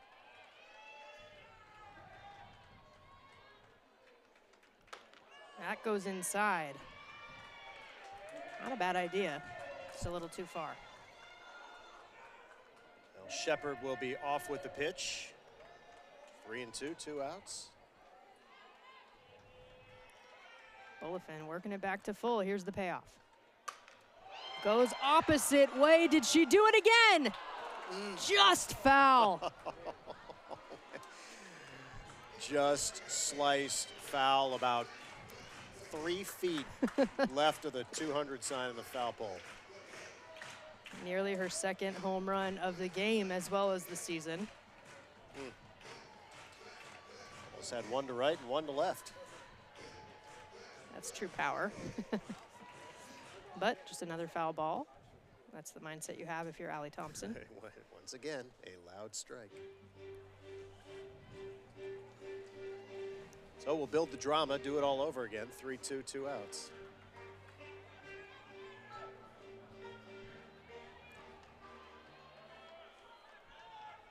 I like the evil Stanford tree on the scoreboard.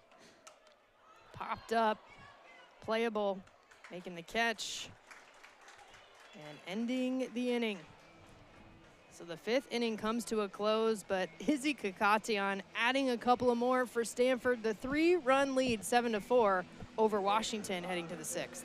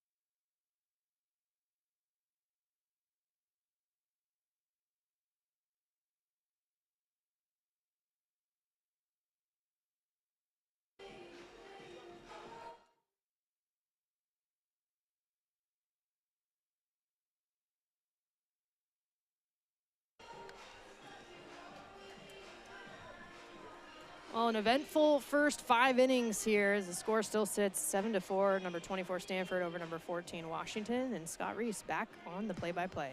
Yep, Stanford trying to make 3-run lead hold up for 6 more outs. And some changes too defensively that we're seeing. Sophia Jin, the freshman, out in left field for Stanford. And Zoe Prestaico, who we saw in the circle, of course, but she's actually out in right field. And something we've seen before, too, trying to keep her in the game because they might bring her back into the circle at some point. So Alistair having the conversation right now, making all the changes. Yep. Sophie Mazzola, the 9-hitter, will lead it off for the Huskies. And Burdick and DeBoer, top of the order. Mazzola has a single and grounded to short. Stanford looking to pick up win number 22 on the season against a ranked Washington team. Huskies 32-7, and mentioned the oddity earlier that they have not lost a game at home or on the road. 7 neutral site losses. Stanford would like to make it 8. I think technically, does this count as a neutral game because it's a tournament, or I'm assuming? It's a good question because in this case they're playing Stanford. It is obviously a road game, but yeah, usually when they do the tournaments, they're neutral. So.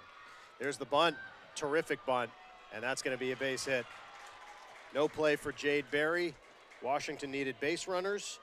The 9-hitter at the plate, and Mazzola executes to perfection.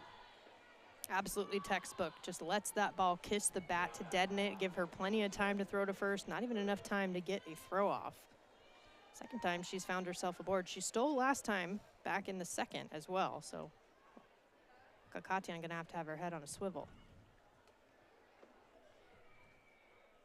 I think Taryn Kern just switching out her pitch comm on her wrist. So you'll notice we talked about it at one point with the pitchers, how they wear it, but the infielders can wear it too. You'll see the wrists on each of them so they can look and see what pitch is being called, help for their preparation. Those aren't Apple Watches? They're not. Casey Burdick, the leadoff hitter, takes ball 1. Well, Apple headquarters in the Bay Area, not too cool. far in Cupertino, so not a far-fetched thing. Well, the Washington folks probably know a thing or two about Apple as well. So.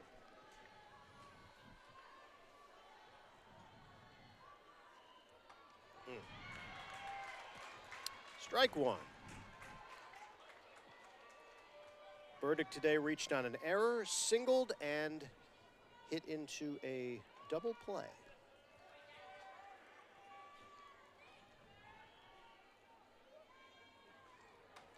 Popped up our way. That's close. That landed about 2 rows beneath us. Yeah, and judging by the cheers, I think one of the fans made a nice play on it. Fans have been pretty good.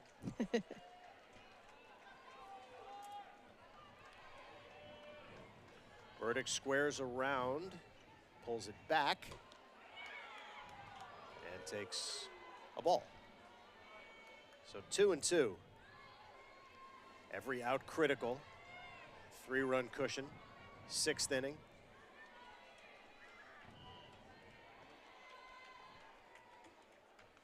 Houston delivers, and she slaps one to short. Easy play for River Mailer for the first out. It's a nice job by Houston to produce that for her defense. Not allowing Burdick to move the runner over and getting it out in the process. Burdick, the reigning freshman of the week in the Big Ten, the first that they've had since about a year ago. And recently hit her first career home run. It was a grand slam, so she's been clutch as of late. So to sit her down here after she already had an RBI single today, big one. And we have more movement. I wonder if Prestaico's coming in to first, and Kern is going to right field. That has happened before this season. Kern has gone to the outfield. Ultimate team player. She really went in the dugout right now to switch out her glove. So she had the first baseman's mitt, of course. Yep. Now gets her regular infielder's glove, and she also plays second base. Now, why the switch? Defensively, I'm not exactly sure, because Prstyko hasn't seen a lot of time over at first base. Kern was a second baseman. Now she plays first base. Yes. Obviously versatile. It could be that, you know, Kern has generally spent more time on defense, and you have a home run hitter, someone who can go deep in the yard, Alexis DeBoer coming up, who may be able to hit it and go opposite way as well. So Kern's got a little more reps under her belt in the outfield than Prstyko does. One of the nuances that make softball different from baseball. And a strike. Of course, if you strike her out, it doesn't matter who's in the field. Zoe the lefty as well, so she can plug the 3-4 hole to her right in the infield, whereas her glove's not down the line in right field. Of course, it gets hit completely in the opposite direction to third base, and Jade Berry makes the play for the second out of the inning. Another big timeout. Houston doing a nice job coming in the previous inning, throwing strikes, getting the K to end the frame, and now a couple of outs here with a runner aboard. And Alvarez will try to do damage for Washington.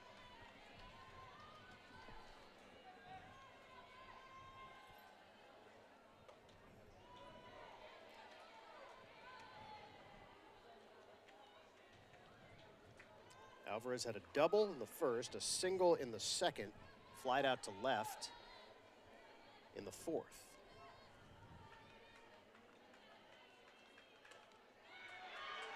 Got the corner. Gonna work that screwball, breaking away from the lefties.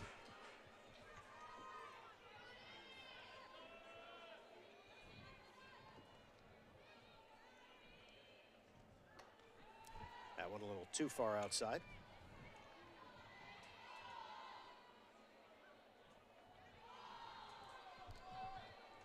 And the infield giving the respect to Alvarez, knowing she's got some pop, so they're all playing deep. There's a fly ball to center field. No problem for Emily Jones. And the side is retired. No runs a hit and one left for the Huskies. So bottom six here at Stanford, and the Cardinal leading 7-4.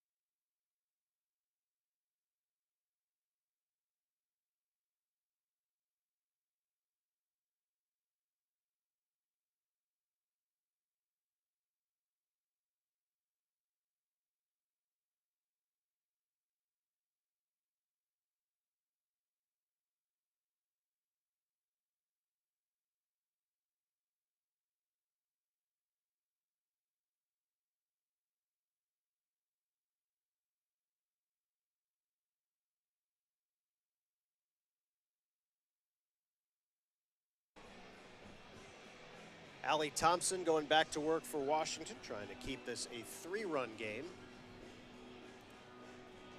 Cardinal would love to extend the lead as they have the top of the order. Kern, Jones, and Chen do up.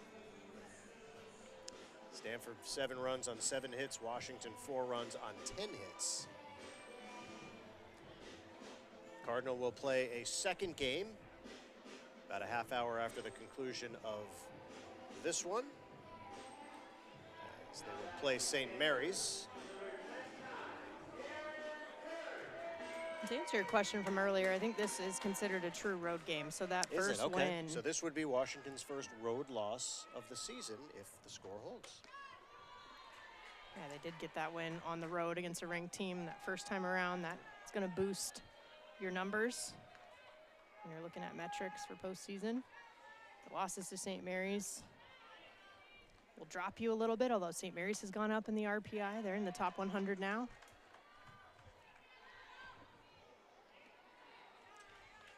Kern has reached base twice, got hit by a pitch, lined a single to right field in her previous at-bat, also popped out to first base.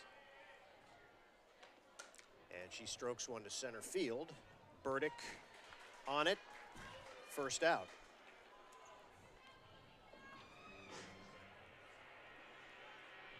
A little bit jammed on that pitch. Good job by Thompson. Kern swinging a hot bat and really thrives as a leadoff, whether it's at the beginning of a game or the beginning of an inning. So to get her out immediately helps set the tone.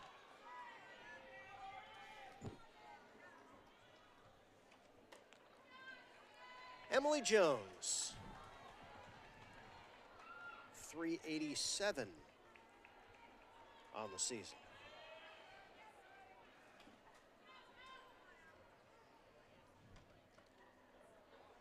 And that grazed her, so hit by pitch. Jones, take your base.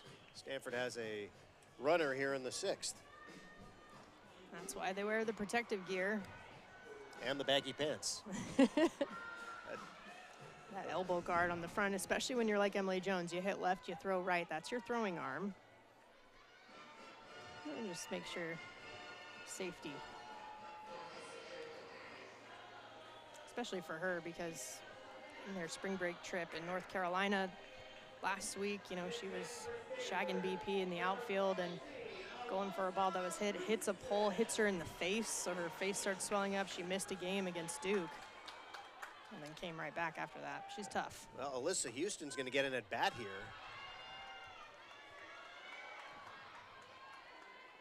Which appears to be her first at-bat of the season.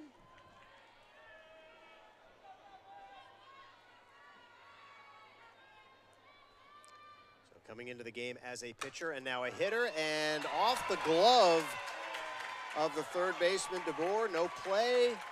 Infield single for Houston in her first AB. She'll take it. And she wasn't sure over there. She was about ready to go back in the dugout at first until Jolene Henderson said, no, stay right there. But I like the aggressiveness. Hey. Not afraid to swing it. Absolutely.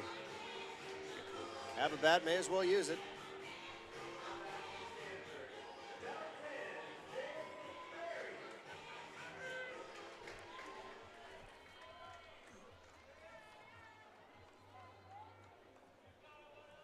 It's actually Alvarez back at third base now, who couldn't make that play.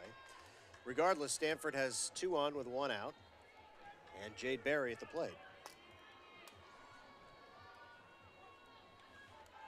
That was just the 11th at-bat of Alyssa Houston's career. She had 10 as a freshman.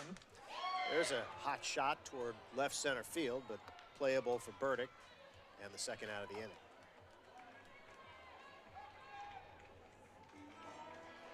Another important out, and being able to control the cleanup hitter, and Jade Berry 0 for 4 in this one. Washington pitching staff has seen some success there, but the bottom of the order stepping up and then the top of the order starting to get in the swing of it. Big cut by River Mailer, fouled back.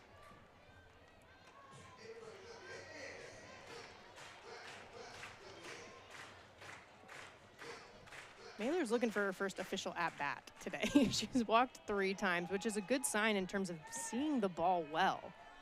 But hitters hit.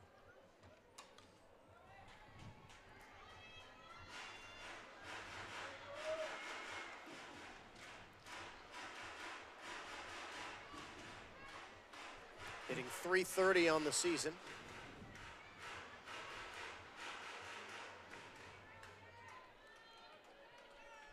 Stanford looking for some insurance here in a 3-run game, and another foul ball. Staying alive.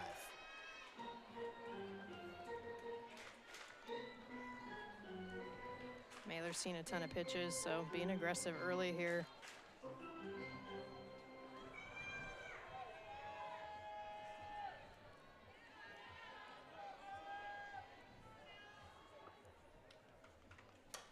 Poked over third base. That's a fair ball, and it's going to produce a run. Mazzola scores, and, or excuse me, Emily Jones scores, and it's 8-4 Cardinal. And you know what? Sometimes you just reach out, put bat on ball, and it works.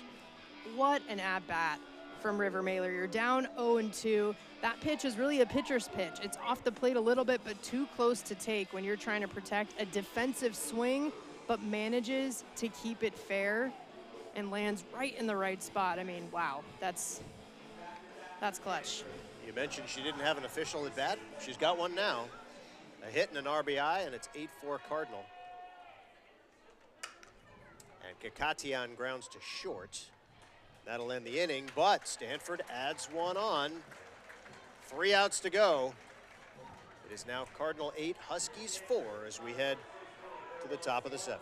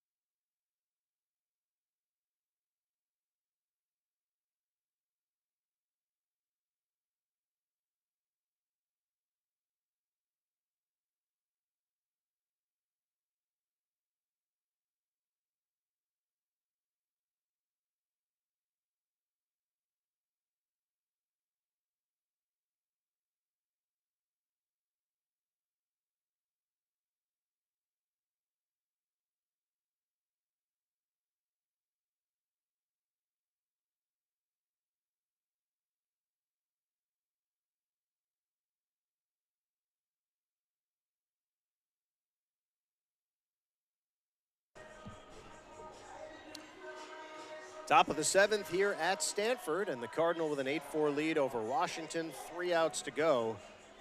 And Alyssa Houston trying to seal the deal. She's been great both in the circle and getting her first base hit of the year in the bottom of the 6th.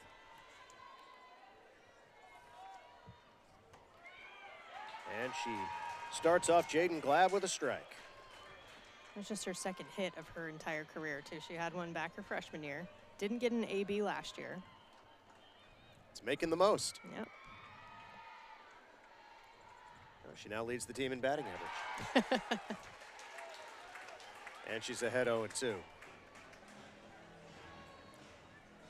That's interesting. Glab just removed her shin pad after 2 pitches. Decided, I don't want this anymore. There's no way she'll hit me 0-2. There's no way I'll foul a ball off my foot 0-2. Wow, everybody in the house expected that to be ring 'em up strike 3. And Houston's going to take a little walk around the circle there. And you know, Glab might not want to run potentially if she doesn't have to. That was a good pitch, 0-2. Appeal, no swing. I think she held. Yeah, Your barrel has to go halfway. I agree, but I also think the previous pitch was a strike, so either way, we don't get a vote. So now 2-2. Fouled back, Glab battling. Oh, we don't have the ABS like everyone's We seeing in do the not MLB. Do not have right ABS. What do you think of that? You a fan? It's interesting. I need to see more games. Yeah. I think with it. As usual, technology adding another layer that you have to manage. No doubt. And everybody's figuring it out on the fly. 2-2 grounded inside third. That is a fair ball. Glab will round first and be content with a long single. So Washington has the leadoff player aboard, down by 4. Good at bat. Was. exactly what you need from your leadoff hitter in this inning. You're down to your final outs.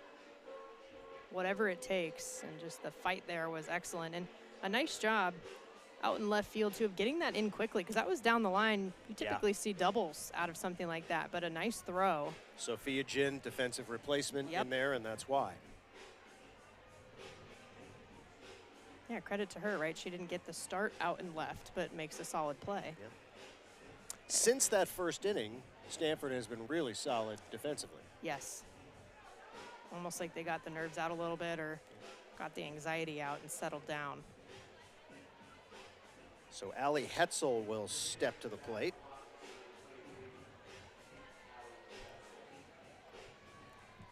Single, strikeout, hit by pitch in 3 plate appearances. And she just got hit by another pitch.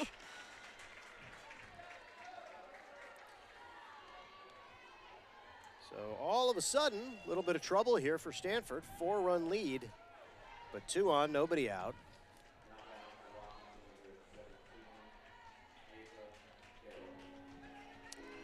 And we're going to have Ava Carroll. We're also going to have a pinch runner.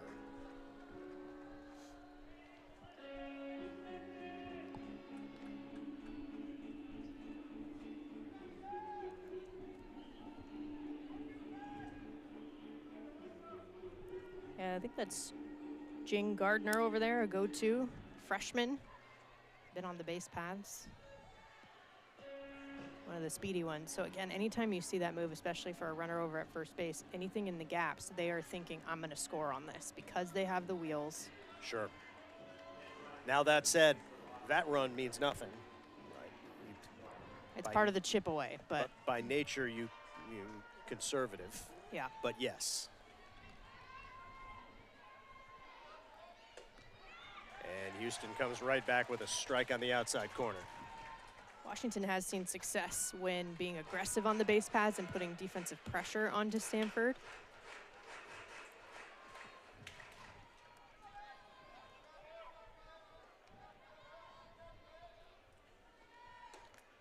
Missed with that one, so it's 1-1. Carroll singled back in the 3rd inning, 1 for 2 officially on the day. Also has a walk.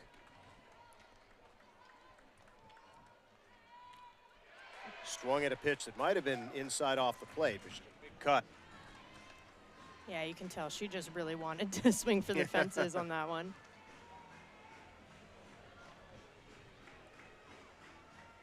But even a home run right now, you know, you're still trailing.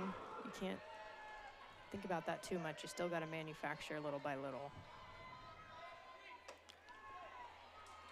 2-2, so Houston having to work for it here in the 7th. And as she knew she would, I think, because that's just how this Washington team is. I mean, scoring 7 runs to come back in a regional in their history. And there's a nice, easy pop-up to second base. Shepard will put that away, and that's exactly what Stanford needed. Houston's done a nice job of that in general, and that is part of her repertoire. She has nice upspin, so she has produced several pop-ups for her defense since she's come in. She's also got the most velocity on this Stanford pitching staff. That's part of what Washington is trying to adjust to right now. So Melody Acevedo will be the batter. And she muscles one in left field, and nice catch on the run. And again, you see Sophia Jin, the defensive replacement, paying dividends. That was a good play. Not easy to be so ready when you come in as a defensive replacement, and she has stayed ready. I thought off the bat that was falling. Great jump on it. Great jump. And not always easy to do when you're coming forward as an outfielder, because you're really taught first step back, Right. adjust from Sure. there. Yeah, And she still had a great jump. got a great read. And now Stanford 1 out away. And Allie Thompson, who entered the game as a pitcher, will get her first rep as a hitter, and she takes strike 1 on the outside corner.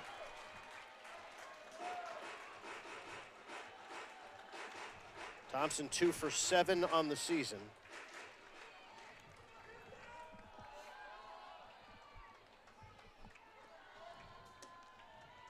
An unorthodox batting stance from the left side.